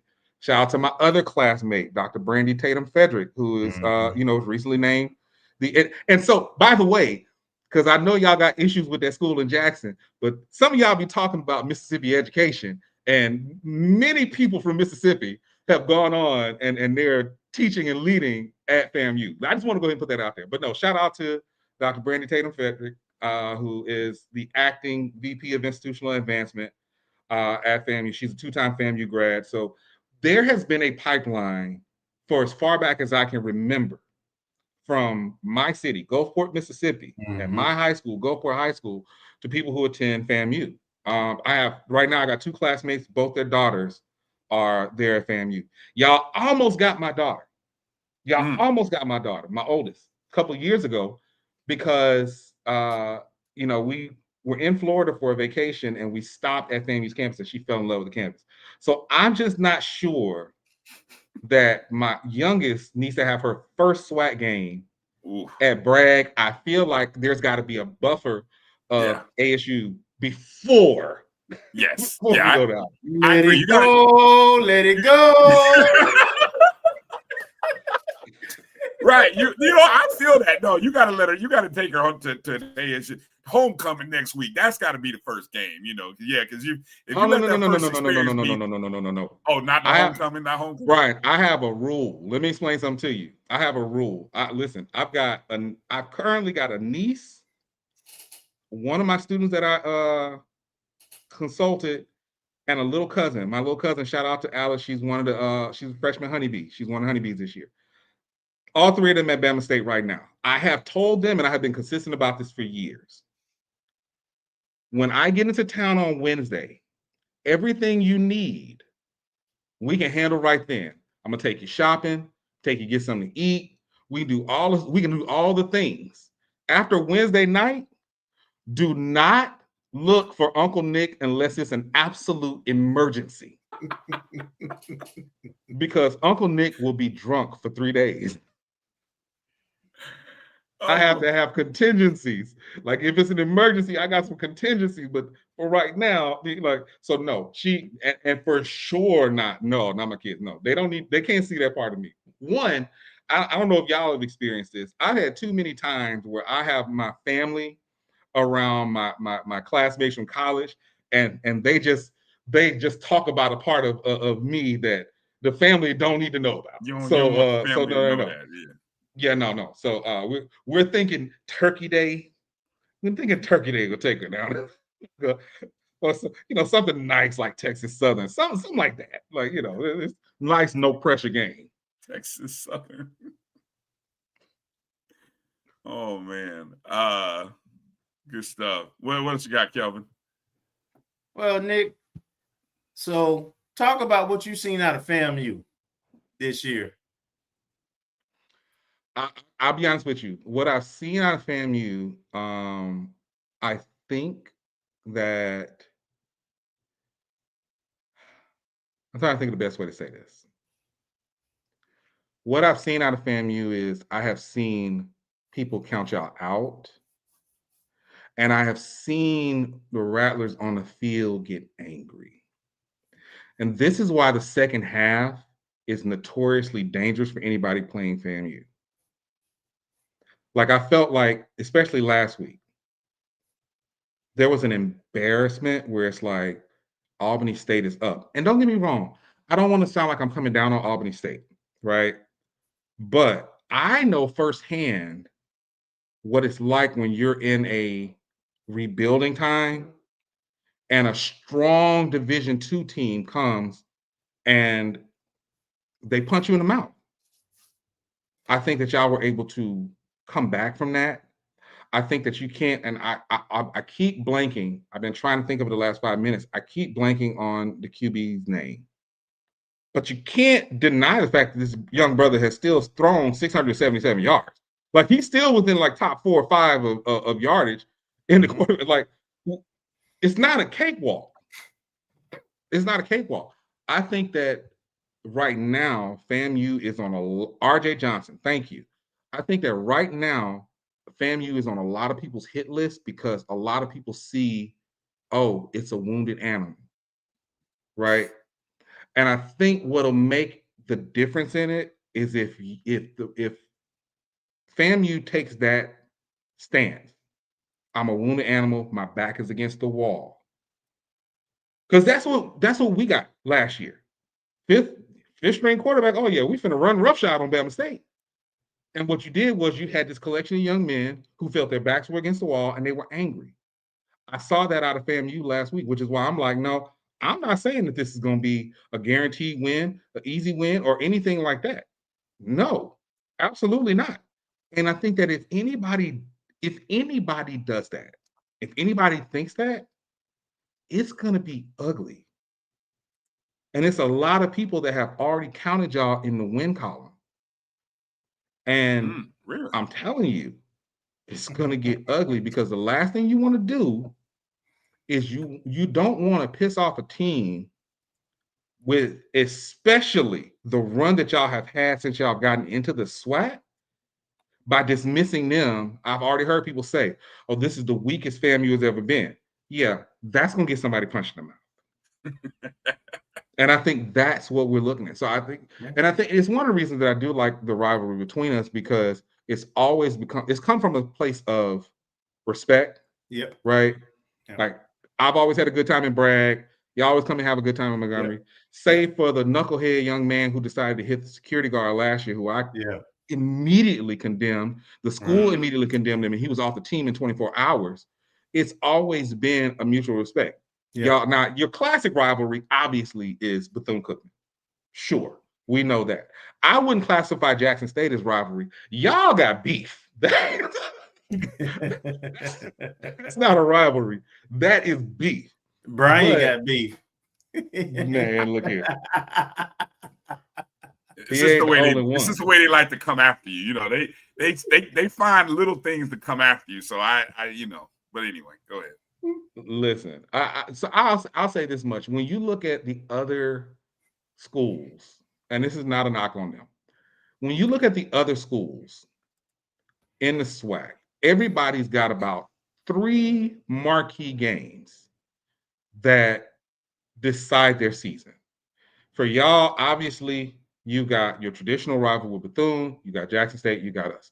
That's no disrespect to the West, but I don't think anybody, Prairie View did their thing last year, but traditionally, it's not like the West has just been that big of an issue for y'all. For us, it's y'all, A&M, Jackson State.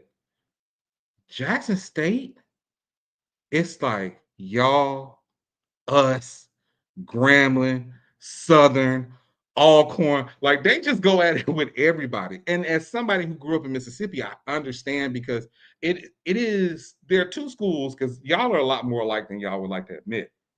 There are 2 schools that generationally telling the truth. Yeah, you generationally indoctrinate people, and that's JSU and FAMU. And as someone I've got multiple Rattlers in my family, I got multiple Tigers in my family. It is something that y'all indoctrinate your children with from the very beginning. So y'all are a lot more alike than you would like to admit. But I do think that's what keeps it spicy, and I do think that's what I think eventually.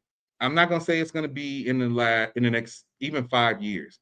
Eventually, I do think that because a lot of the higher profile games continue to come out of the East, I think that's going to go for that argument of eliminating divisions within the conference, which I think is going to be the great thing. Because I do think that even if you go back to year 1, the 59-3, if you go back to that, definitively FAMU was the second best team in the SWAC. Yeah. If you take away the divisions, now you got the rematch between y'all weren't gonna go touchdownless again. No, I'm not saying that you would have won it, but I am saying is it would have been a great game. That was year 2 in the SWAC, my bad. But the only other time that we've seen this whole rematch in the championship is Prairie View against y'all. And let's be honest, that was a bad Prairie View team. Yeah. And y'all dominated them both times. Mm-hmm. Yeah, we did. Right.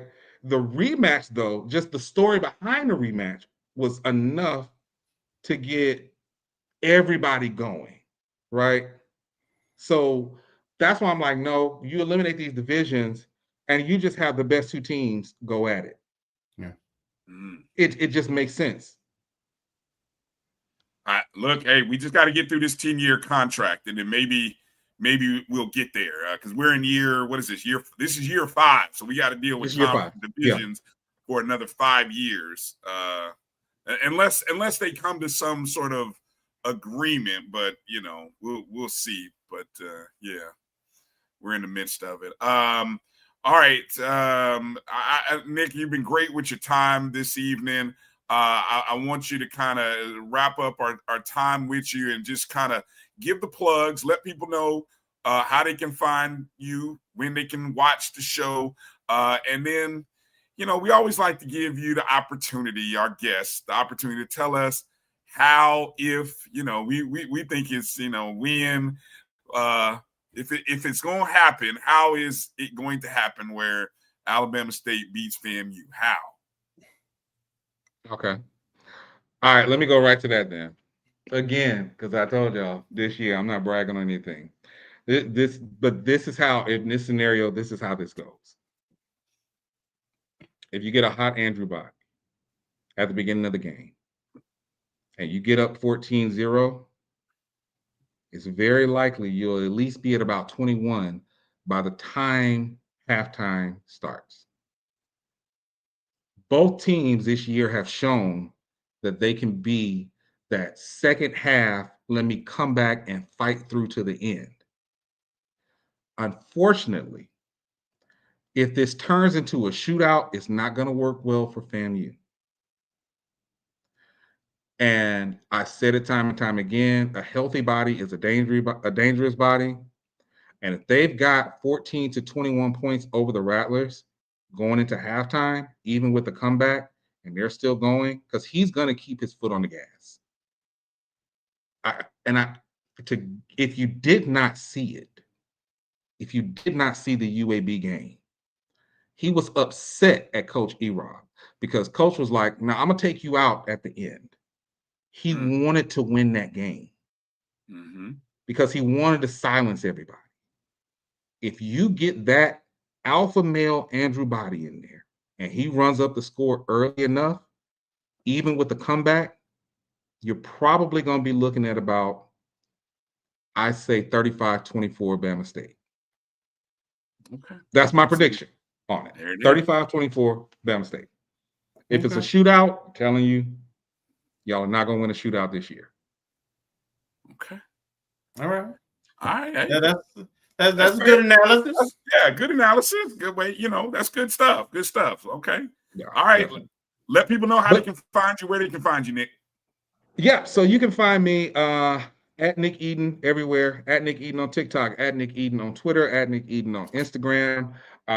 You can catch In the Quad. There won't be a show this week, next Friday. So I have switched it from going daily because, as we know, daily is not going to work. So In the Quad is now weekly. It is going to be Fridays at 5 p.m. Central Standard Time, 6 p.m. Eastern Standard Time. I appreciate anybody who comes and takes an hour with me. And you can catch that exclusively on Urban Edge Network. The UEN app is free for those. And listen, there's a lot of games on there. I know we're very NAIA heavy, but you can still see some great football from schools like Florida Memorial, great basketball, volleyball from the HBCU AC schools like Tougaloo, Dillard, Wilberforce, so on and so forth. So it's a lot that's going on there, but it's worth your time to download. But definitely Fridays, 5 p.m. Central, 6 p.m. Eastern. It's on the HBCU Plus channel on the UEN app, so you can catch it there, and then you can catch the replays right afterwards. And maybe the calendar will come back. I will say this much about the calendar before I go. Let me say this much. I am still going to do an end of the year review. Anybody who's been following the calendar, they know at the end of the year, I take the top stories from each month and I do a 12-month calendar that I drop. So that is still going to happen. Okay. If it starts to get too spicy, I might bring it back. I might try to bring it back weekly, because the one thing I wanted to do, and I don't know why I never thought of this, it wasn't until my oldest daughter suggested it.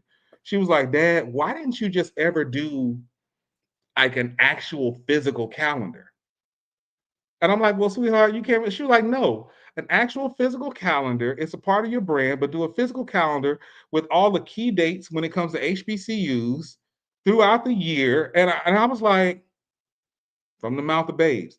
So I may just actually do that and do a physical calendar that everybody can have on there. So all the important dates like Celebration Bowl, SWAC MEAC Challenge, all the things, all the big classics will be there. So I'm still thinking about that, and it's something that I may actually do that. I like that. Yeah, I like that. Well, okay. We look forward to it again. So Nick, appreciate your time. Make sure to check out In the Quad on the UEN network, HBCU Plus. And like I said, I got more questions, Nick. So I'm gonna have to find you on Friday. Yeah. And I got so many more questions. But we'll talk. And I'm gonna speak it into existence. I'm looking forward to meeting Nick and the Little Rattler Saturday. Boy, don't you do that.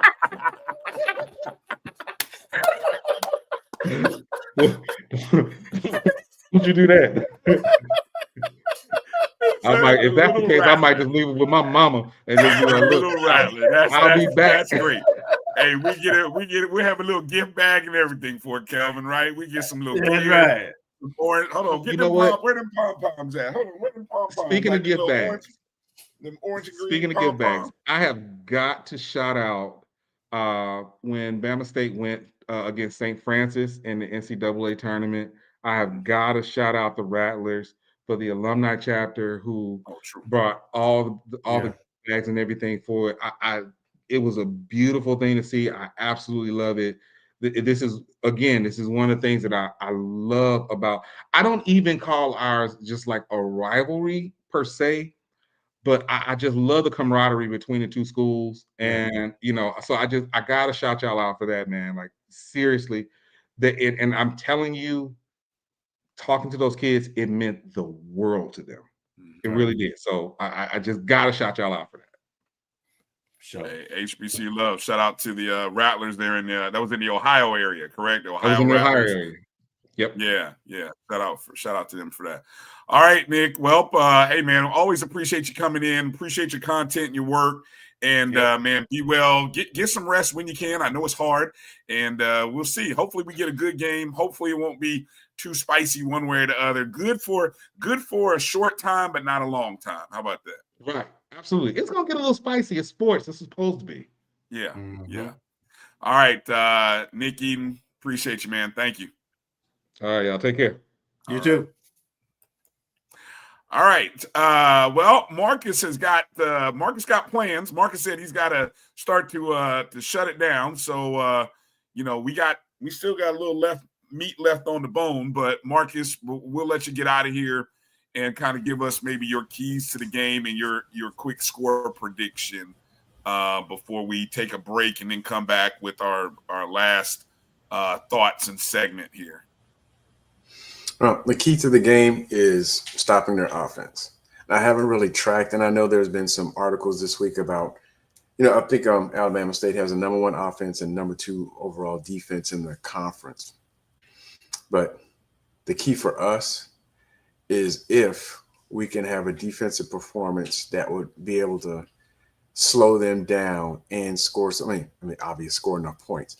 But my biggest concern is probably how to slow them down on offense.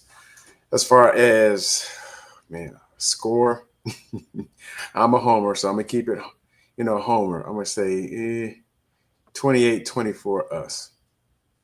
But it's going to be. You said 28-24? Yep. Okay. I think we're going to need some points. Now, I haven't really kept track of their defense as it relates to, compared to years past.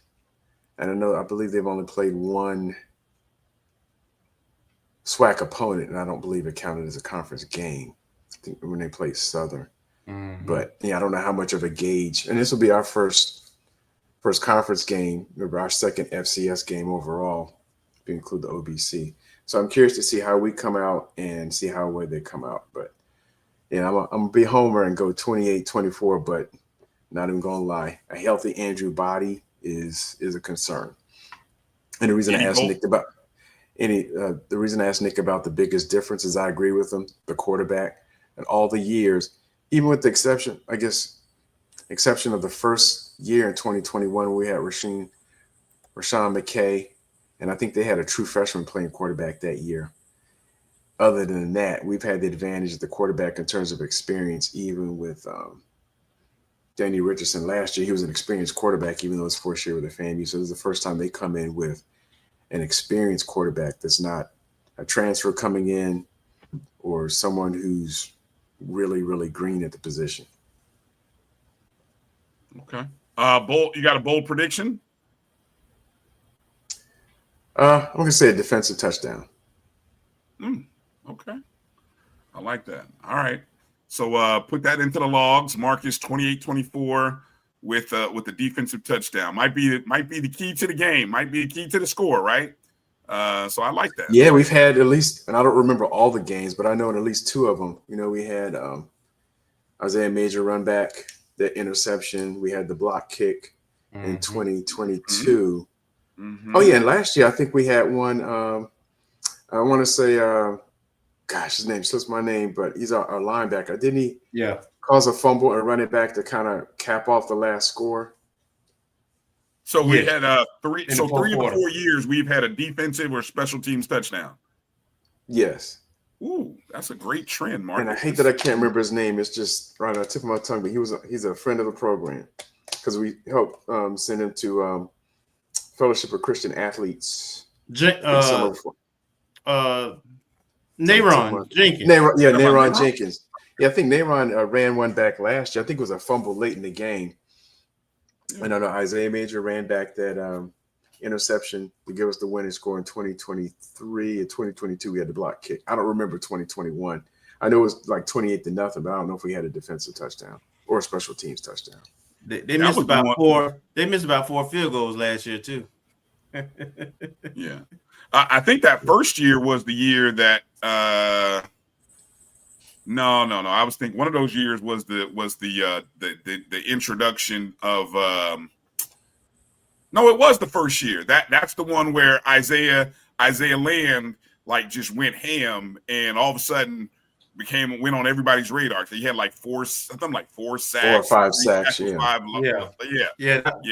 was in Bragg, and we pretty much beat the hell out of him that year. Yes, that was year one. Yeah. So good stuff, man. Good stuff, Marcus. Okay. Well, hey, Marcus, as always, we appreciate you. And everybody else, hang tight. Coming back on the other side, we got some other news and notes to share. Also, kind of give a little breakdown about the volleyball match coming up against Jackson State and Mississippi Valley State. And then Kelvin and I will kind of give our thoughts and breakdown of the game as well. So any last words or anything else, Marcus? No, actually, I didn't get a chance to update the roster, or at least the slideshow. But tennis, they got the roster updated. We've got 4 new players. Looks like 3 freshmen. And, well, we knew about 1, Gabrielle Pierce from D.C. We have a couple other players. Finally saw the name of the person from Augusta that Coach Nikki mentioned way, way back, and I couldn't find it all summer. So that's updated. So we've got 3 or 4 freshmen and a transfer from Tennessee State. And actually, a couple of them were in that picture from the U.S. Open, and I just didn't know who the faces were, and I couldn't tell. But now we put names of faces. Okay. Well, so she's got a full squad. She's got about 8 or 9 players now. Oh, yeah. Well, that's an improvement from last year where we were down. We had the minimum. We had 6 last year, if I'm not mistaken. Mm-hmm. All right. Well, we'll make sure to put together a little, maybe a photographic and give people a view of our tennis roster next week on next week's show. How about that? Okay. Yeah, I'll work on that. All right. Good stuff. Marcus Green, ladies and gentlemen, you know where to find him at Decatur_G. Hang tight with us on the other side. Kelvin and I, we will go through some other news and notes and kind of put a bow on the show. You're watching the O&G StrikeZone right here on the Black College Sports Network. We'll be back in just a moment. You're looking for the latest information on Southern University sports, the Southwestern Athletic Conference, and HBCU athletics. There's only one place to go. Tune in to the Carlos Brown Show, exclusively on the Black College Sports Network. Planning an event? From weddings to corporate functions, CMJ Events LLC brings over 15 years of experience to make your vision a reality.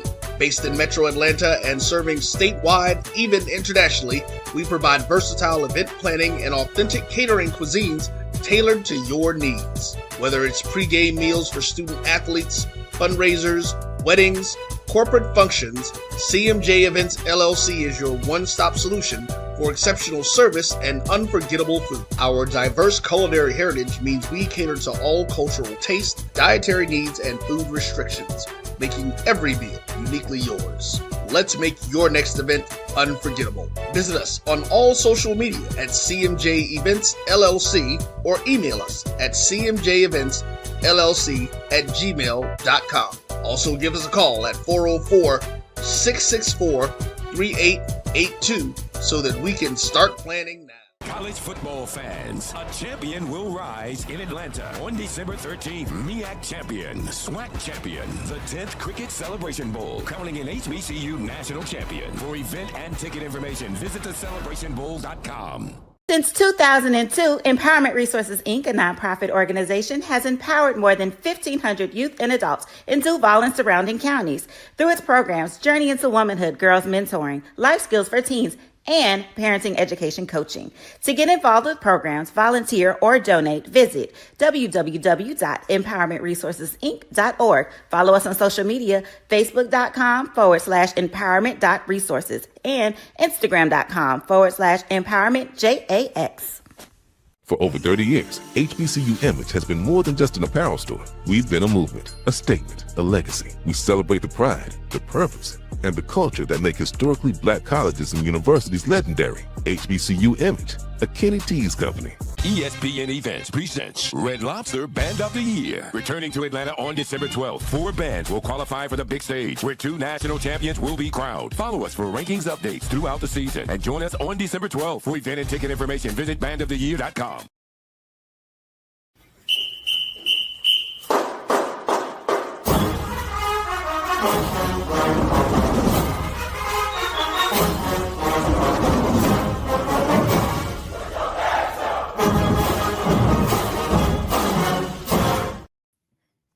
All right, welcome back to the O&G StrikeZone. Bryan and Kelvin here for the close of the show. Kelvin, what's your take on I'm just fascinated by the whole Band of the Year thing, and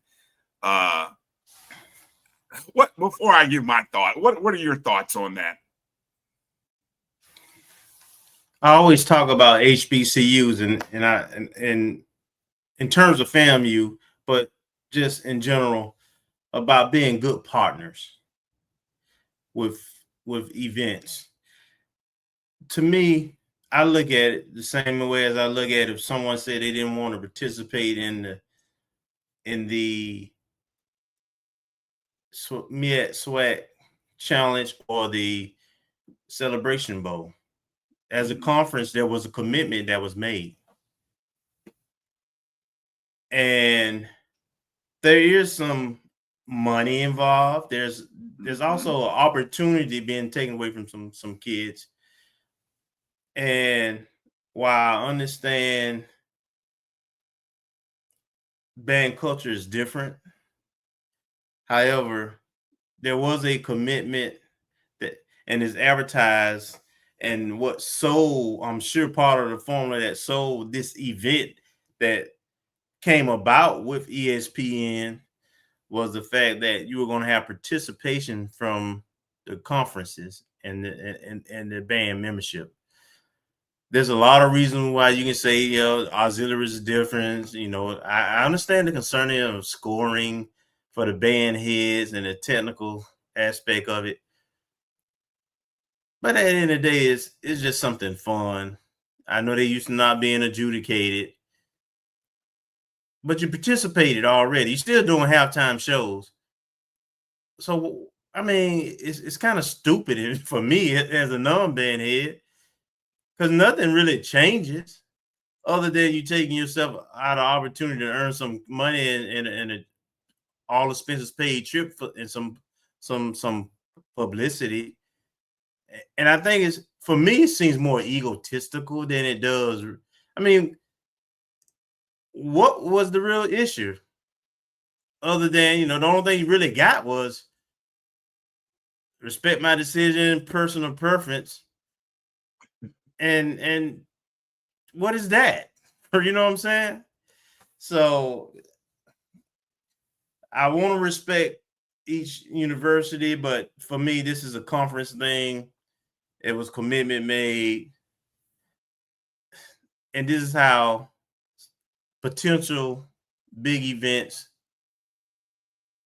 don't last potentially, because honestly, Sonny Boone is a big brand. It's one of the iconic bands, and so is Norfolk. We need all of them participating. Now, if they want to change it, and I don't know how you do it and change it from, if you don't adjudicate, then how do you choose who participate in the in December, right? So it's got to be some kind of adjudication, and no matter what you come up with, bands got different styles, they got different auxiliaries, so it's nothing that can be done that's gonna change that part of it. So folks just got to come to a happy medium. If you got some ideas to improve it, why not do that? versus saying taking your ball and going home. That's my thing. That's what it feels like. Yeah. That's what it feels like. I'm gonna take my instrument and go home. Because look, if you wanted to be judged by the fans, well, I mean, isn't that what they do at the Battle of the Bands? I mean, that's all that is. It's like, hey, whoever has they don't really adjudicate. I don't think at the Battle of the Bands, right? So it's not a true judging. But folks, but people root for who they root for. Right. Yeah. People will, because somebody will eventually put a poll out that says what? Who was the best performing band at the Honda Battle of the Bands, right? And then you get to walk home with this, hey, we were elected the fan favorite for the 5th year. Well, I mean, look, if you have a rabid fan base, they're going to vote for you regardless. You might misstep and step out of line. The field was wet. We still love our band, so we're going to vote for him because we can't vote for the other guy, right? Mm-hmm. So, I mean, this is a far stretch, but just think, what if, I know this would never happen, but just imagine what if, because this is affiliated with ESPN and they do show at the halftime of games, bands. What if ESPN said, oh, well, you don't want to participate. Well, we won't show your band during the halftime of these broadcast games. I mean, I'm going wild left here, but just a thought, and I don't think that would happen. And I remind you, Bryan, when we had our assistant director of marching bands on, Jean-Pierre, he mentioned that there was, in the 100 discussion, there was concern about adjudication because it was something new and something they typically don't do. Right. They have turned down, like for instance, roles with drumline because it was going to appear that it was adjudication it was going to lose. So I get that part of it, but ultimately they made a decision to participate and they won in year 2 of participating. And I'm just saying, take something that's good and make it better versus I got an issue with this particular thing, so I'm not going to participate. Because honestly, man, it opens the door for everybody else. You heard Nick reference other schools, and I would tell you, I've heard too that moving forward, whether schools will participate is going to be in question, and so you kind of open Pandora's box with this public announcement, and it's just unfortunate because I think it's a new event. I think it is a way of promoting our HBCUs, and it could be something good. And again, there is some exposure and some money behind this. So I would love to see our conferences build this up collectively. Each institution be committed to it, to build it up and make it better. And here's another thing that people have to start getting used to. And I heard Nick say this about the attendance at the Band of the Year competition. Regardless of what the attendance is, it's not a factor in the money that the band programs are being given. Right. Hey, take note of that. They're still, regardless of whether nobody but mamas and daddies and local high school kids show up, it doesn't matter. Because guess what? It's going out on television. It's going to be seen by whoever it's going to be seen by, and the major network is paying money. So whether it got a title sponsor. It's Red Lobster. I mean, come on, and you getting all it again. There's a lot of good reasons. There's a lot of good reasons to support this event. It is a lot of good reasons to support it and work with it to try to improve it versus saying I don't like A and B, and because of A and B, we're gonna leave. It's like for example, I'll use the parallel and I'll move away. A lot of people are voting on teams in various polls. Like I saw one president of a Division II school be very vocal and upset at a poll, a top 5 poll, 4 weeks into the season, because his school was ranked behind another school that they beat. If you know, you know, right?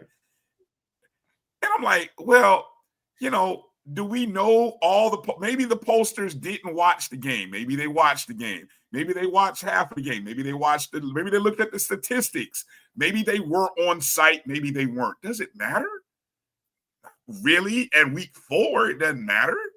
But how we watch the games and how we vote, whether you submit the video or whether I watch the video, aren't I seeing what I see? Right? I mean, so I just, you know, it's sad, and it's sad to hear some of the top bands choose to fall in line in this way and miss out on the opportunity. And then at the same time, how many of these schools will be complaining and talking about, oh, we don't have money to travel. We don't have money to do this. We don't have money to do that. Well, hey, you just Calvin Hobbs, or you know, the little kid, you just took a number one all over the best idea of getting free money for your program, doing something you were already scheduled to do 7 to 8, 9 weeks out of the football season, which is performed during halftime. And it's not like the conference or the school came up with this concept. This was something that was done and presented and brought to us to help the band programs financially with money, because every band program is looking for money so that they can take these large groups of 200 to 300 students to various, or just get the instruments or the cover, whatever, scholarship costs. Absolutely, it's taking away of the opportunity is something that just doesn't sit well with me for the students.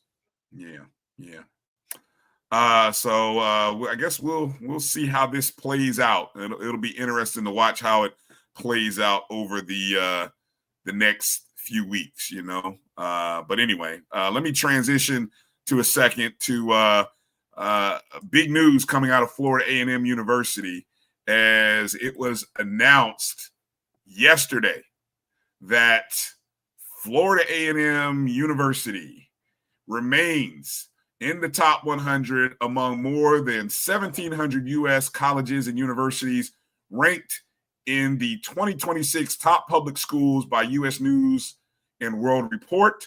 The 2026 edition of the U.S. News Best College Rankings uses up to 17 factors to measure academic quality and graduate success. In addition, FAMU remained the highest rated public historically Black college or university and 5th among all private and public HBCUs. FAMU is one of 3 Florida schools that ranked in the top 25 on the U.S. News Social Mobility Index, tied at number 22 with institutions such as the University of California, Davis, and the University of Albany, SUNY. FAMU continues to deliver strongly on its mission of advancing education for Pell-eligible students. This ranking is a reflection of FAMU's ability as Florida's only public HBCU to propel the economic trajectory of graduates forward, enhancing the financial outlook of their families for generations to come. What are your thoughts there, Kelvin, as another top award for our beloved university? Honestly, man, the thought is the standard is the standard. I applaud it because winning ain't easy, or being successful ain't easy, and we have that consistency of being the number 1 public HBCU. So I'm glad about it. But this is what is expected. This is what we do. So I want to see us to grow and to continue to move up by doing some other things and not get too comfortable. There was a drop, a couple of spots, I think about 10, 11 spots this year on the overall list. if we want to stay there, we got to continue to do new things and invest and in our infrastructure, our facilities, our student performance, all the above. All the above. But I'm proud. I'm a proud alumni. Period. All right. Well said. Well said.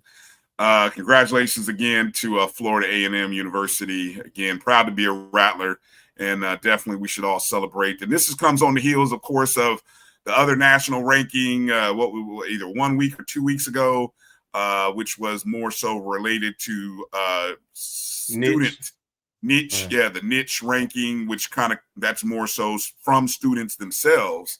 So this we're standing on great ground right now at FAMU, and don't FAMU it up. If you know, you know. Yes, don't FAMU it up. Exactly. And like Colonel Clark said, maybe, just maybe, we'll get the leadership to be bold and take that step and kind of stop listening to, how many times can we bring on people that tell us what other great things are happening at their institutions, and we like, damn, how come we ain't doing that? When are we going to do that? At some point, somebody who watches the show is going to step boldly into a place that we've never been, because we know they watch the show. So it is what it is. This Friday, I want to take a second and remind everybody, this Friday is the induction for the class of 2025 into the FAMU Sports Hall of Fame. Will take place 7:00 in Gaither Gymnasium. And you can see the list of inductees, 8 former student athletes, females, males. Shout out to Amber Fullwood, who we had on the show last week. And continue the softball fundraiser is still ongoing, so continue to support that. Yes, the fundraiser is still going. I think I still have the link from last week, or I know you put something. Yeah, script and in private chat. But that's a long. I gotta shorten that link up, because I don't think that long link will fit. And I don't think that link will fit. I'll try it. I don't know. But maybe it will. Let me see if I copy this link. So for you guys who are in the chat rooms, let's see if this works. This is the FAMU softball fundraising link. Fingers crossed that it goes through. We'll see. Hopefully it comes through. It's a long link, so somehow we'll see. But you can also go to the FAMU fundraising. The foundation number is 0006. I still remember that. 0006 is the number. So you can always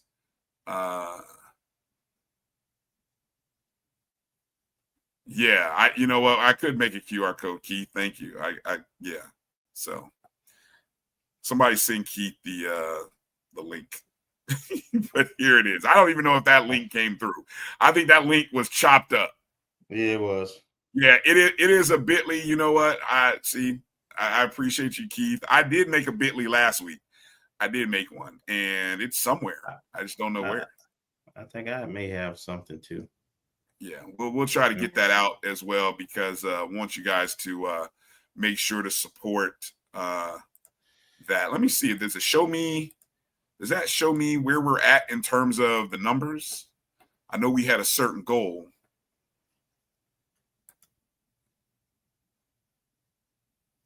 So, yeah, I'll see if you can make the. Kelvin's gonna try to make the Bitly and then drop that in there. Oh, the first link works. Okay, hey, great. All right, little baby, appreciate you. The first link works. All right, there we go. So the link works. So there you go, guys. Let's get in there and let's get some donations going here. FAMU softball. If you recall last week's show, last couple shows, I know we had Coach Beal on a couple weeks ago.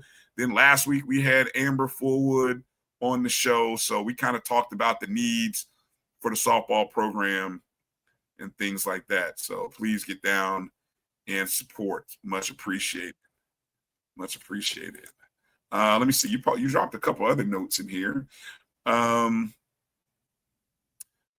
Something that I learned from the 220 Club. Those of you who caught the Eddie Jackson 220 Club this afternoon, I did not know that the first game of the season was sort of a salute to the former players of the Gaither era.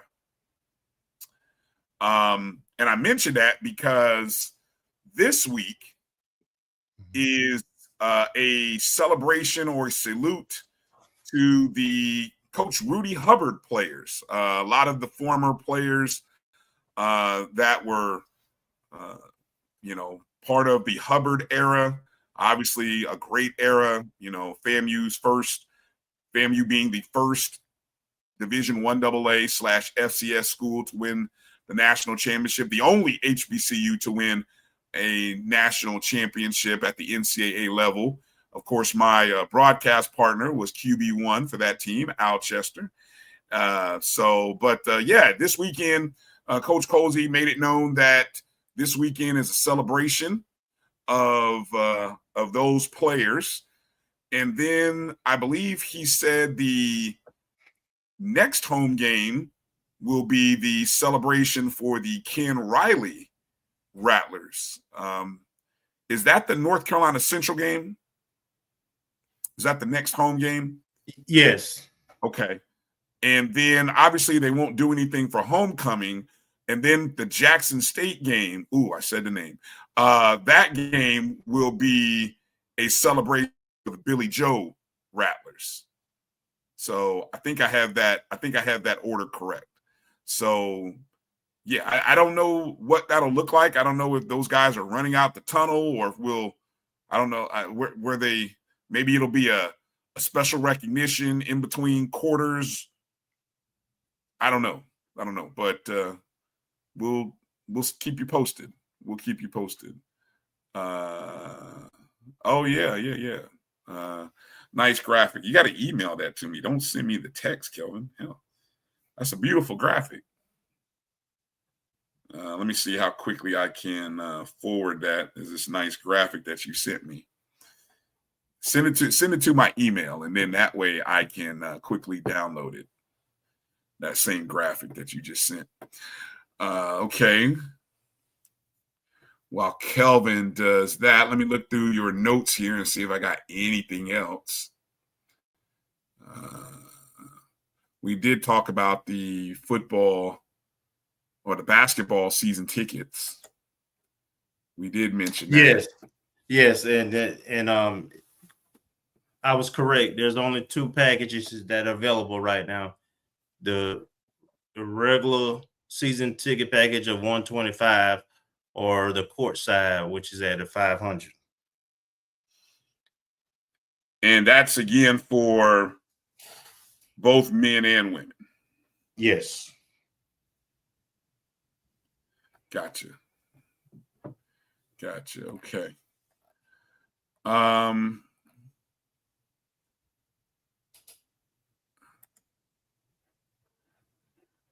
Okay.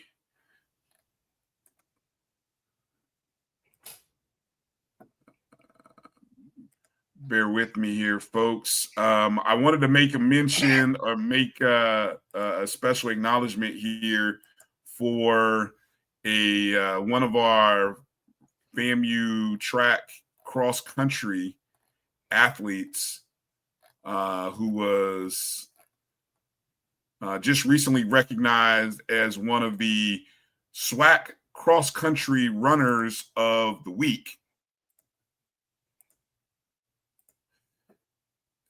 And that was none other than Tara Burt. There you go. Congratulations to Tara. The senior led wire to wire this past Saturday morning, claiming the individual title at the Willie Laster Invitational, cross-country invitational, with a time of 19 minutes and 0.50 seconds. Bert's victory gave the Rattlers set the tone for the day that featured standout performances across the roster. You had junior Julian Simon, who she finished in the top 10, finishing 9th overall. FAMU also placed 3 additional runners in the top 35. Sophomore Kristen Prather, junior Alicia Douglas, and junior Timaje Scriven. Hope I got those names right, ladies. The Rattlers' depth was on display as the team placed 5 runners inside the top 35 and a crowded field of more than 80 competitors. The Invitational, named in honor of longtime coach Willie Laster, annually draws programs from across the Southeast and serves as an early season measuring stick for conference and regional competition. So congratulations to Tara. It looks like the next meet will be taking place on Friday, as the cross-country team will be running in the FSU Cross-Country Invitational right there in Tallahassee. And then a month from this weekend, the SWAC championships. Same location. Same place in Tallahassee. So it'll be, sort of a good opportunity for the Rattlers to get a chance to run the course that they're going to be running in the SWAC.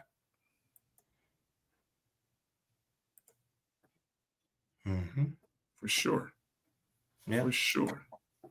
I think I see some other awards that just came out via the Southwestern Athletic Conference. This is more of a volleyball player of the week. And I think this, for this young lady, it might be the second consecutive week that she has received this honor. And I'm speaking of this young lady right here, LaDonna Trantham, who was recognized by the SWAC as the co-newcomer of the week. Co-newcomer of the week. Trying to see if I've got any. I don't have any statistics for her, but most likely it came while the Rattlers were in Jacksonville over the past weekend. Yeah.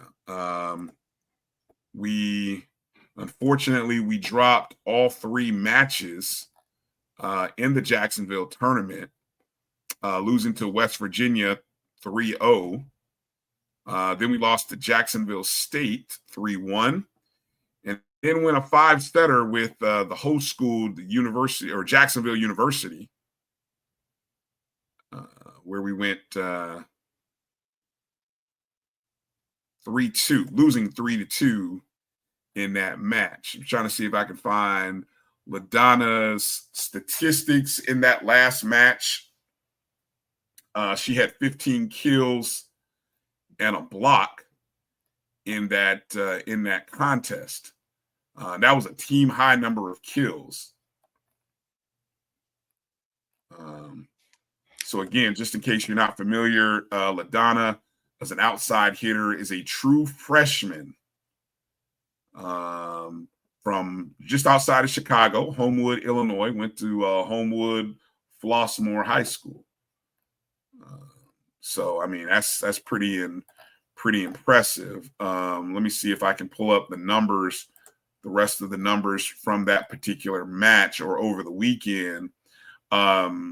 I mentioned the 15 kills that she had in the Jacksonville game. Well, she had 14 kills against Jacksonville State. So, and really, she's 4 of the last 5 matches, she's had 14 or more. The one match where she didn't have a great day was against West Virginia. Of course, West Virginia of the Big 12. Yeah, she's it's going to be interesting. Looks like, she's making a name for herself as we get ready to head into SWAC play. Yeah, and we just want to remind everybody that the volleyball team, because Coach Gokhan and the ladies have been working really hard, and they want to see a big crowd this Friday. We play Jackson State at home in the Lawson Center. It's free. It's free. It's free at 6 p.m. And then on Sunday, they play Mississippi Valley State at the Lawson Center at 1 p.m. And he's been doing all he can. I know that him and the team have been out to the dorms and to, I think they're going to try to be out at Set Friday. They've got stuff on their social media accounts. So let's if you can, if you're in town, if you can make it, please, let's support these young ladies as they get into play. And how, look, of course, we defeated them 3-1 last year. I believe that was the championship match, if I'm not mistaken, last year in the championship match, 3-1. We have, and of course, both matches last season went 5 sets. We won those 3-2. We have won 8 consecutive matches against Jackson State. The first 2 years we came into the SWAC, we dropped those 2 contests, and then ever since then we've been rolling.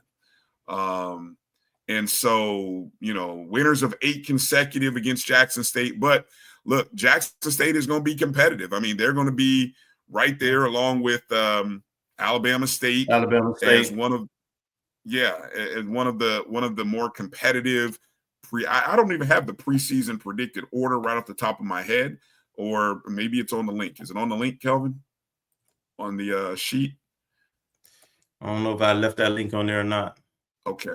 Well, I know between us, Alabama State and Jackson State are somewhere predicted in the top 4. So those 3 to 4 teams that are predicted to finish in the SWAC. So already this is one of the premier matches. And so like I said, we got to find a way to get out there. I mean, I'll tell you what, if you're planning to go to, let's say, the Hall of Fame, I know the Hall of Fame starts at 7, but hey, go to the volleyball match at 6.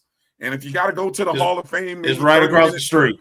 It's right across the street, So if you show up 30 minutes late to the Hall of Fame, they'll be okay. They understand. Marvin and the folks, they understand. But man, we gotta. I wish they would have. I'm not gonna lie. I wish they would have moved the time up an hour, but I don't control those things. But hey, we still need a crowd. We still need we need to start something. And so I hope that the Student Government Association and the fraternities and the sororities and the service organizations can somehow find a way to really excite, and get the fans and the students there. Maybe some local business will want to offer, hey, come with an admission ticket or something, and maybe we'll offer a free drink when you come to our restaurant or bar. I don't know. We need somebody out there to think of a promotion that's going to A, get people to go to the matches, and then B, hey, come, have something on us. Well, when you show us a ticket or something. I don't know. I'm just spitballing ideas, Kelvin, right now, but we need a good crowd in the house for the volleyball team as we start SWAC play. So, matter of fact, I'm going to actually be talking to Coach Gokhan tomorrow morning, kind of pre-recording a segment that'll air during the BCSN Game Time show, which you can catch Saturday morning, 9 a.m. Eastern until noon. The first couple hours you can catch exclusively on the Black College Sports Network. And then at 11 o'clock Eastern, we will be on SWAC TV. How about that? Right there on SWAC TV. So from 11 Eastern till noon, you can catch that segment of the Game Time show. It'll be exclusive SWAC contests. The SWAC Football Game Time show, I believe, is the official title. I don't want to get that wrong right off the bat, even though, I didn't get the, I'll get a phone call. Man, you couldn't even get the name right, but I think that's the name officially. But it'll air on SWAC TV. So this will be a good opportunity and a good weekend for SWAC content. Speaking of the SWAC schedule, Kelvin, let's take a look at those matchups. Those matchups that'll be playing out this week, right in the conference. And of course, we got one of the two early games. Of course, our match against Alabama State will be on the HBCU Go, and these times are Central. Alabama A&M at Bethune-Cookman on SWAC TV, same time as us. Kelvin, what's your thoughts? The Wildcats finally got a win. Avoided my prediction of an upset, but Alabama A&M, they've won 3 games in a row, coming in hot. Yeah, I need a little more. I like the way you said that. You're like, yeah, but I'm not on the bandwagon. They're competitive and they're winning. They squeaked by Tennessee State, and they're doing what they need to do. They're stacking up W, so I no problem there. But I expect that Bethune game to be competitive because I think Bethune has settled in on the right quarterback. Yeah. And he makes a difference for their squad. That kid, because they still have Florida skill, right? They still have skill players that can, if you get the ball to them in space, that can make things happen. That quarterback they have, he played some last year, and of all the quarterbacks that played for them, and I think there was maybe about 3 or 4 different guys, he was the most impressive of the ones I saw. I do not think he played in the Classic, though. Ransom is his name. I don't think he played in the Classic. Somebody may tell me differently, but I don't think he played in the Classic. But anyway, that's going to be he gives them a chance. He gives them a chance. I don't like their chances, so I'm siding with Alabama A&M on this one, getting their 4th straight. You might have just doomed Alabama A&M. What are you calling me, a jinx, Kelvin? What are you saying? Maybe when it gets Bethune, El Waters might be calling you a jinx. Exactly. If it happens twice, I won't be making any more predictions against Bethune. I'll tell you, if it happens twice in a row. Okay, then at 5:00 Eastern, 4 Central, Texas Southern travels to Mississippi Valley State. Valley was on a bye. I think both teams were on a bye last week. I think you're correct, and this is a battle of the bottom feeders of both the East and the West. Yeah, it would probably be a competitive game. Also, I'm more surprised. And you're saying a bottom dweller, but really, Texas Southern has really only played one conference game, and they were maybe 4 seconds away from winning. 4 seconds away from winning that game. I said what I said. All right. Does Valley get their first win of the season, first home win under T-Buck? I don't know. I think they're going 0-4 in a close game. Okay, close game. An intriguing matchup in Dallas, Texas. State Fair Classic. A fun classic. If you've never been, I would put it on the list of classics to go to. The food is amazing if you love, the fair. First off, it's Texas, and then it's a fair. So that just tells you there's going to be good food all the way around. But they play this. If you've never been to the Cotton Bowl, it literally sits right in the midst of all the carnival activities and everything. It's a really cool walk up to the stadium. But yeah, Grambling State, somehow they're 3-1, Kelvin. The worst 3-1 team in football. Whoa, slow down. Let's not do that. No, they are the worst. Why? Why are they the worst? Why are they the worst? Why? Because of the 3 wins who it came against, and how they look in them. All right. But they got a W. So. Mm-hmm.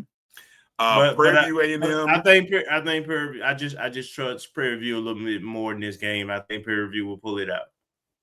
They are 2-2, but more importantly, they're 1-0 in SWAC play, having already defeated Texas Southern, snatching a victory from the jaws of defeat on the last-second touchdown.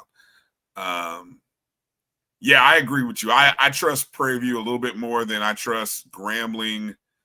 But let me say, if Grambling were to win this game, I think it would sort of legitimize their record a little bit. It might say that, yes, those games were close, that they won, and they beat teams that, because what? They beat NAIA, right? Right, and NAIA should have lost to a Division II. Yeah. Got a close win against an FCS. First year FCS, that's FCS program, right? That I think is 0-4 or something like that. Yes. So if they manage to get this win over Prairie View, I think it would speak volumes. I think it's a bigger win for Grambling than it would be for Prairie View. All games matter, but bigger win for Grambling if they were to get it. I don't think, before I mention the game in Southern, of course, you've got the what's the classic in Memphis? It's the Southern Heritage Classic. That's the Alcorn State versus UAPB contest on HBCU Go at 7 Eastern. Surprisingly, Kelvin, does anybody want to win a game bowl? Well, okay, I was about to say, you called the Texas Southern Mississippi Valley State game what you called it, but this is the game featuring two teams that are at the bottom, and Alcorn is like 0-3. We don't even know what Alcorn is. UAPB, they are what we thought they were. I don't know. Yeah, I don't know what we're gonna see in that one. I don't want Alcorn to figure out anything until after we play them for homecoming. Then they can go undefeated. And then probably the second biggest game of the SWAC schedule, the school from Mississippi traveling to Southern. It's a 7 o'clock Eastern game on ESPN Plus. It got bumped to ESPN Plus. I wonder if they will show them. I wonder if ESPN will show both bands at halftime. Both bands who opting out of the ESPN Band of the Year competition. What if they just went to halftime shows? Hey, we're gonna go to Jay and Tiffany and let them talk for 15 minutes instead of showing bands that don't want to be part of our competition. How would y'all feel about that? I'm just asking. I feel about this game similar to our game. Both home teams got rabid fan bases. Stadium would be packed. There's doubt. People doubting Southern. There's some doubters with FAMU. I think people are a little premature with that though, because I don't know that Alabama State or Jackson State at this point are what we thought they would be. But we'll have a better gauge of that this weekend though. I'm going with closer than the experts thinks on that game. Yeah, you know what? I haven't seen the predicted outcomes of this yet. I haven't even looked at them yet. But I'm going to guesstimate that the road team will be at least a 6-point favorite on the road. Here, I'll tell you right now.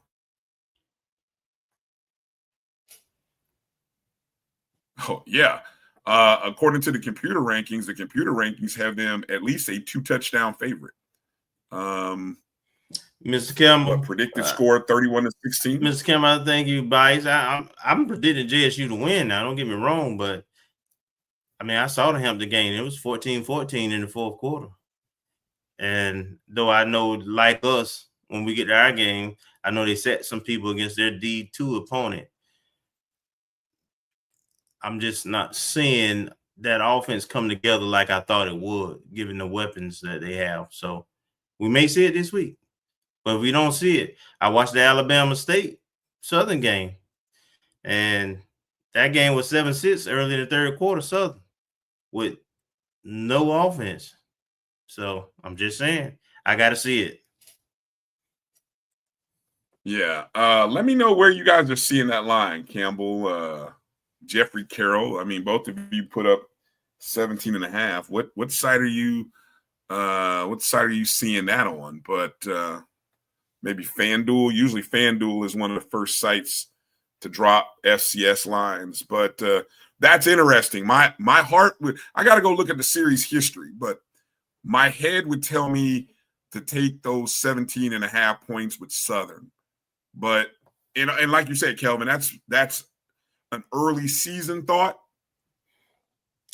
See, you can't trust Southern because they turned the ball over, though. That's what happened against Alabama State. It was a 7-6 game, and then they turned the ball over twice right in the red zone. And in their own inside their own 25, back to back, and that's how the separation happened. So, if they turn the ball over, Jackson State gonna do the same thing. Right.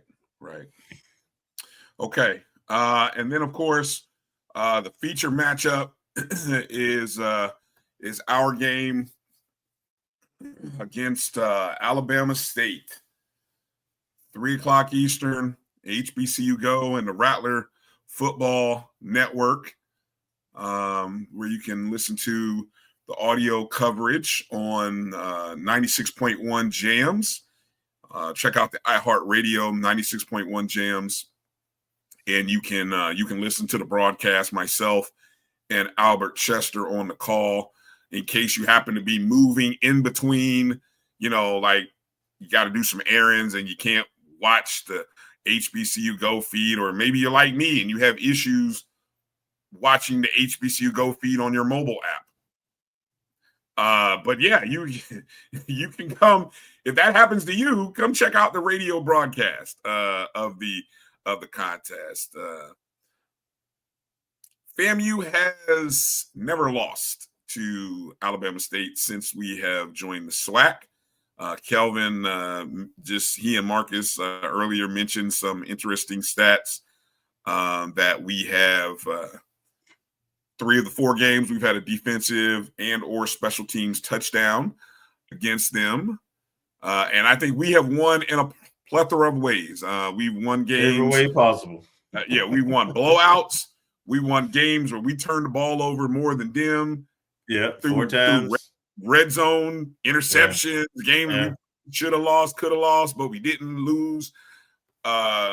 We went to their homecoming, took them out. So I mean, we continue to find ways. And look, it is what it is. Like Nick Eden said, the biggest thing is they haven't had their opening day quarterback in any of the meetings that they have played FAMU. This year is obviously the exception. As of today, Andrew Body appears to be healthy, 100% rested and ready. After I think he's one of the top passers in HBCU football. So I mean, making his first appearance into Bragg. And this should be a good game, Kelvin. Good game. What are your keys to victory for FAMU? Hello, Mama Body. I know you probably watching. I think it's going to be a close game, like most of our matchups have been. I think Andrew Body is the key for us to win the game. We've got to have multiple guys pursuing him, keep him inside the pocket. And when he does move around in the pocket, he may make the first guy miss. He's a heck of an athlete. We got to have that second and third defender coming in to make sure we get him on the ground. We have to get him on the ground when we do get to him. And then he turned the ball over quite a bit against Southern, so with fumbles. So we got to make him uncomfortable, show him different looks. But ultimately, what we can't do is allow him to dictate our defense. We got to take some away. So I would much rather see him a pocket passer, even though he's capable. He's a capable pocket passer, but I'd rather them rely on them having to beat us going down the field that way than running the ball against us. And then he getting outside the pocket and improvising, because he's a master. He's a magician once he gets out of the pocket with his improvisation skills. So that's what I'm looking at. The other thing I'm looking at, fast start. We haven't seen it. We always get off to slow starts. And that's a concerning trend if that happens this game. That being said, contrary to what people believe or say, and they always want to bring up Valley is deception. The one exception in the last 6 years. Our record says when you come to brag, you lose. And we don't dominate teams. We were behind South Carolina State in the fourth quarter. Came back to win. Alabama State, one of those times, was a close game. So we win all kind of ways in brag, but the bottom line is we win in brag. We defend the home turf, and I anticipate this would be no different. Whether we fall behind slightly earlier, I don't think at the end of the day, I'm thinking that we'll win. And I agree, we got to put up points. I'm looking at 4 touchdowns as similar to Marcus. We got to put some points up, because I don't think we'll hold them under 20. And I'm going to go with the score because I've seen all their games. I watch all the Alabama State games. And there is some vulnerability in their defense. They have not been tested, frankly, by Southern when it came to passing, nor by Miles.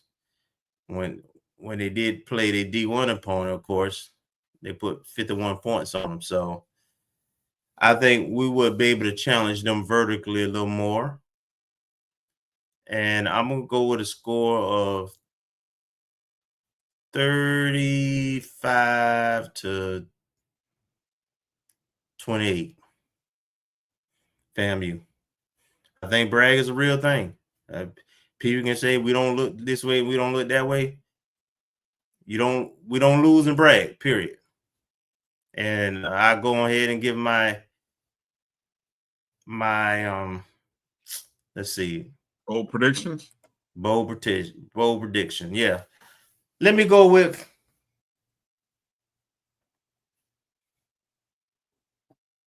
say again. I think I lost you there for a second. I didn't say we'll have a receiver that has 3 touchdowns. One receiver. I won't say who, but I think we'll have a receiver that scored 3 touchdowns. One receiver scored 3 touchdowns? That's right. That's bold. That's bold. Gee, when's the last time that happened? Xavier Smith, maybe? Probably. Jesus. I just think that's where our opportunity is going to be. Our offense and against against their defense, defensive secondary specifically, and we've shown we can get behind people. We just got to catch the ball. Well said, Steve. If that happens first time in the 5 years in the 5-year meeting.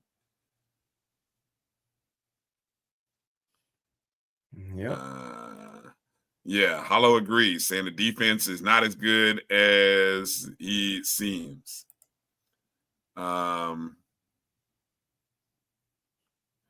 Well, I'm gonna look statistically here. Again, very early in the season. Alabama State comes in with a record of 2-1. Our record's 1-2. Their 2 wins have been against Division II Miles, and who was the other team that they beat? Southern. Okay, so they've got 1 FCS win, 1 Division II win, and they played very competitive and covered against FBS opponent UAB. Alabama State has the number 1 scoring offense right now in the conference, averaging 36 points a game. We are actually 8th right now in the conference, 18.7. Defensively, number 2 scoring defense, that's points allowed. They are number 2, giving up 22.7. We are actually giving up an average of 30. Again, take note, we've played an FBS, an FCS, and a Division II opponent as well. So in that respect, both teams are a little even with regards to who they played in 3 games. And I think what's interesting, and I heard Nick mention this, they have the number 1 passing quarterback in the league. Of course, Andrew Body averaging 253 yards a game, but we have the number 3, and there's only 3 quarterbacks that are throwing more than 200 yards per game, and that is our RJ Johnson throwing 225.7. Cornelius Brown over at Alabama A&M, and then Andrew Body. So I think in order for us to win, RJ Johnson needs another clean game. I think we need the quarterback position to play a clean game. No interceptions, no fumbles. Obviously the last game we had an interception, but that was more a product of a drop ball. I also think another key offensively, I'm not asking for a perfect game from our receiving core, but we can't have any drops that are touchdowns. So that means either a long bomb or actually a drop in the end zone. We can't have any drops that somehow just magically just deflect and turn into an interception. So can we go under 1.5? Under 1.5 drops? I'll take 2. No more than 2. I think we have to have less than 2 drops from our wide receivers in this game. So I don't know what they've been doing. Hopefully they've been working with the jug gun and working on just catching balls for the last week and a half. But I think how our receivers perform, that's why I kind of find it interesting you mentioned 3 receiving touchdowns by 1 player. I like this right here. I'm gonna have to. I want to go there. I want to be there, but let's take baby steps. Let's just not have bad drops that turn into missed scoring opportunities, or worse, give the other team scoring opportunities. How about that? Can we start there first? Well, we had a couple of guys who didn't play, starters, and I'm not, again, just like I said with the Valley game, in terms of our record at home, that's the outlier.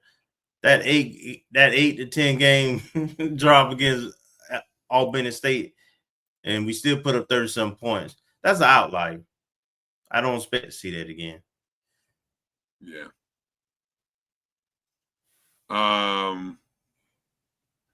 Andrew Body is their leading rusher, averaging 65 yards on the ground. Nearly, Thad Franklin is averaging 57. That's who I want to see have his touches today. I think for FAMU to win, Thad Franklin has to have 20-plus touches. I think if Thad Franklin has 20-plus touches. It depends when those touches are. Meaning if it's the fourth quarter and we turning the clock and he getting those touches then in bulk, then I agree with you. I do not believe we can line up in the first half and just expect him to be something we haven't seen all year. Alabama State is still got some players, even though they're not the defense they used to be. They still got some players, and I don't think we can just line up and be predictable. Okay, that's fair. That's really fair. But I'm still gonna hold out with the 20. Coach, even though Haley has done a good job, Coach did mention that Somerset should be back. That Bo Somerset should be back. We didn't see Bo. Did he even touch the field against Albany State? No, he didn't play. He didn't dress out. So I'm saying we had a lot of guys out against Albany. Yeah. We had a lot of guys out. Coach mentioned that a couple of offensive linemen should be back. Wide receivers seem to be especially Ace Cobb, who has been on the field the last 2 games. Hopefully is a lot healthier and better spirits. Goldie Lawrence should be back. A couple of defensive guys even be back. So I mean, this is a great get right spot for FAMU. This is really, hey, Kelvin, it's fair to say this might be the healthiest since week 1 that we are. And so let's pray for good health in this game and coming out of this game. Yeah. Because we're gonna have 9 in a row. 9 consecutive weeks. So I'm not sure if I'm allowed to give a score prediction or anything, but I expect FAMU to win. But I'll just give my bold predictions then. Bold predictions for me. I'm gonna keep on the special teams. I'm gonna go special teams touchdown. We've 3 of the last 4 games we've had either special teams or defensive touchdown. We giving them up. We gonna produce it. Oh, I'm sorry. Let me clarify. Yes, we will produce a special teams / defensive touchdown, and we will not give up a special teams. And I'm gonna say how it's gonna come. I'm gonna go one step further because it's bold predictions. I'm gonna say a good punt return. I'm gonna say a good punt return for a touchdown. Punt return touchdown, either in the second or third quarter, somewhere in there, second or third quarter, special teams touchdown. So I'm gonna be real specific on this bold prediction for you because I think we score extra. I score extra points if we can be specific. So there we go. Special teams, punt return touchdown, second or third quarter. And I'm saying Thad Franklin with an asterisk, if he goes 20 carries, I'm saying Thad Franklin gets 100 yards. 20 carries, 100 yards. Okay. All right. Let me see. I saw a few earlier score predictions. Ron Jab predicting a 31-24 victory. Who else? Anybody else got? I didn't see anybody else drop a score prediction. Let's see. Ron saying that no block field goals. Yep, we don't want that happening. Yeah, we got to definitely cover. They got a dynamic punt returner. Yeah. They got skill people. I like both of the top 2 running backs. I think are really solid. Yeah. Well, good stuff. Harris, and I forgot the other kid's name right now. But yeah, they got some skill folks. So we that's what I'm saying. We got to take the run from them and make them do what they do. In my opinion, the worst on offense. Got to turn them into a passing team. They're not consistent. This is a great question, Zeke. Yes, is there a possibility? Sure. Maybe he's held, and you know what? I'll tell you what. There's a possibility that he's held back on some things because of the quarterback. of RJ Johnson, letting him kind of grow into the role. And we've seen him get better every game. Maybe he opens it up. Maybe he really opens it up this game. I don't know. Yeah, Holesclaw. That's the other running back. Thanks, Jab. And who knows about the quarterback, period? No, you know what? I heard that. I don't know why Coach did that. I heard him say that. I'm like, Coach, why you do that? Why you got, astute people like yourself, Kelvin, will pick that up and they'll run with it and they'll be all over the message boards in the chat saying, "Oh, there's an opportunity. Jet Petty's gonna play." I mean, short of RJ coming out and throwing 2 interceptions on like 2 of the first 3 drives, I'm not seeing it. I think he's gonna play. Is he gonna play? You would think so?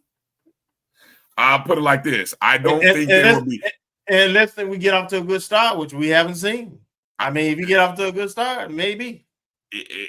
I'm saying there. My guess. I don't know this. I haven't talked to Coach. Don't have any idea.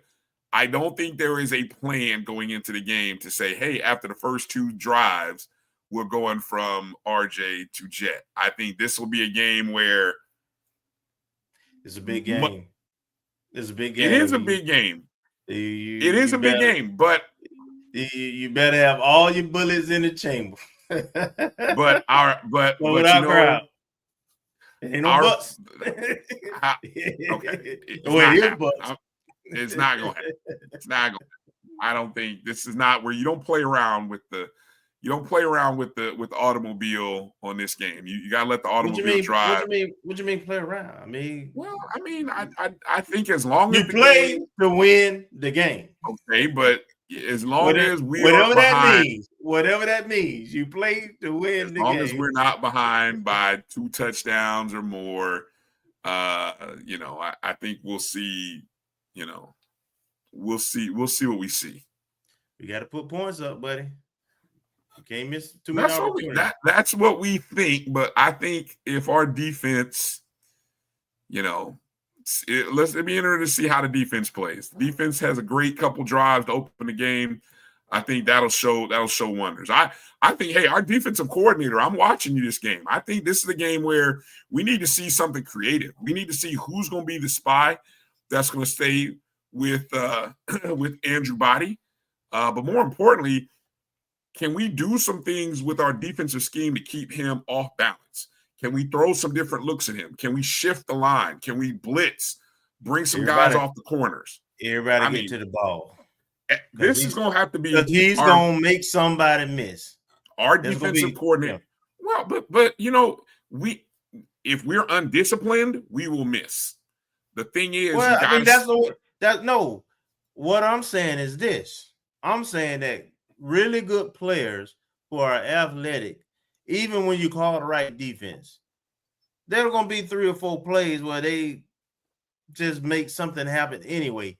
He has those kind of improvisation, whatever skills, right? I got you.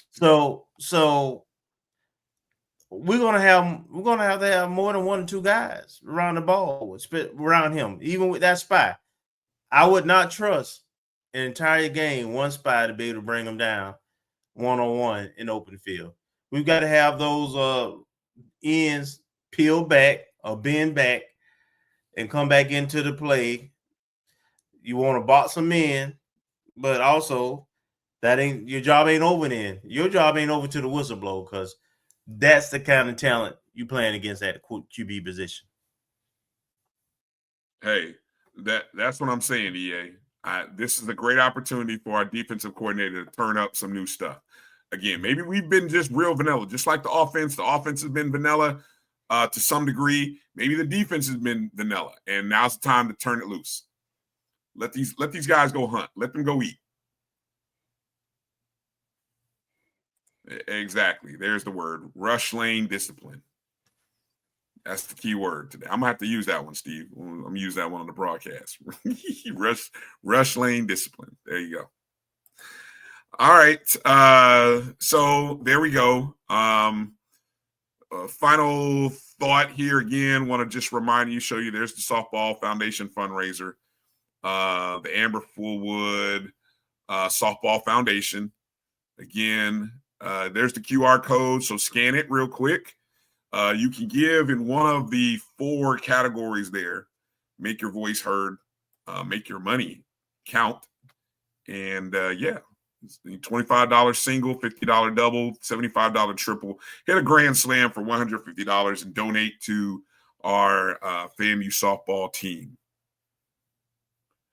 Love to see our alums get behind this. That's big. I'd encourage any of our other alums, whether it be women's basketball, men's basketball, baseball. Hey, let's get behind these fundraising drives. Let's put a face to it. Let's remind people, that hey, we're giving with a purpose. Yeah, good stuff, Amber. All right. That's gonna do it, Kelvin. Been a good show tonight, man. Absolutely, man. Enjoyed it. Can't wait to see you this weekend. Yeah, I'm still tossing around the idea, do I come up Friday night or do I come up Saturday morning? It's a tough call. It's a tough decision.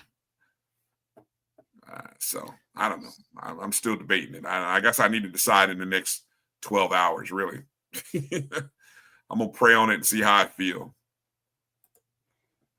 Safe travels. Yeah, man. Safe travels. Thank you. Anybody else coming up to Tallahassee this weekend?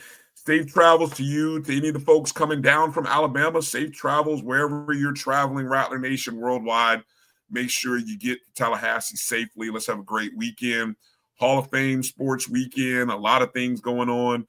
The start of the volleyball and football season are upon us.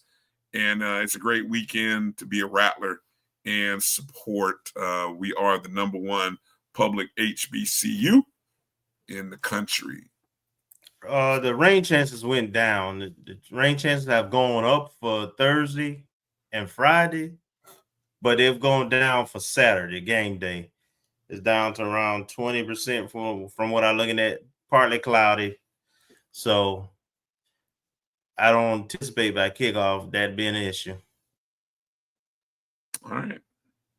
Good stuff. Maybe it'll cool down. Maybe the little rain, if it rains in the morning, maybe that'll cool it down, right? Is that one way to think about it? Yes. Yeah. Yes. Okay. If it does rain, it should be 30 minutes and gone. Good stuff. All right, folks. Well, we want to thank again Colonel Greg Clark and Nick Eden for joining us earlier in the first and second hour of the show. You can always go back and watch those segments on YouTube or on Facebook, or even one better, you can go get the BCSN Pod Zone on iHeart, Spotify, Amazon Music, Apple, Google Podcast, and go back and listen to the show in its entirety or the segments. But regardless of how you do download the Pod Zone, rate, review, subscribe, all those good things. We really appreciate you doing that for us. Thank you to everybody who hit the thumbs up and the like button. It's definitely appreciated. And your support of the O&G StrikeZone is greatly appreciated. So that's going to do it for tonight. For Marcus Green and Kelvin Rozier, we will see you in Tallahassee. I'm Bryan Fulford. Fangs up, Rattlers. Have a good night. And let's go.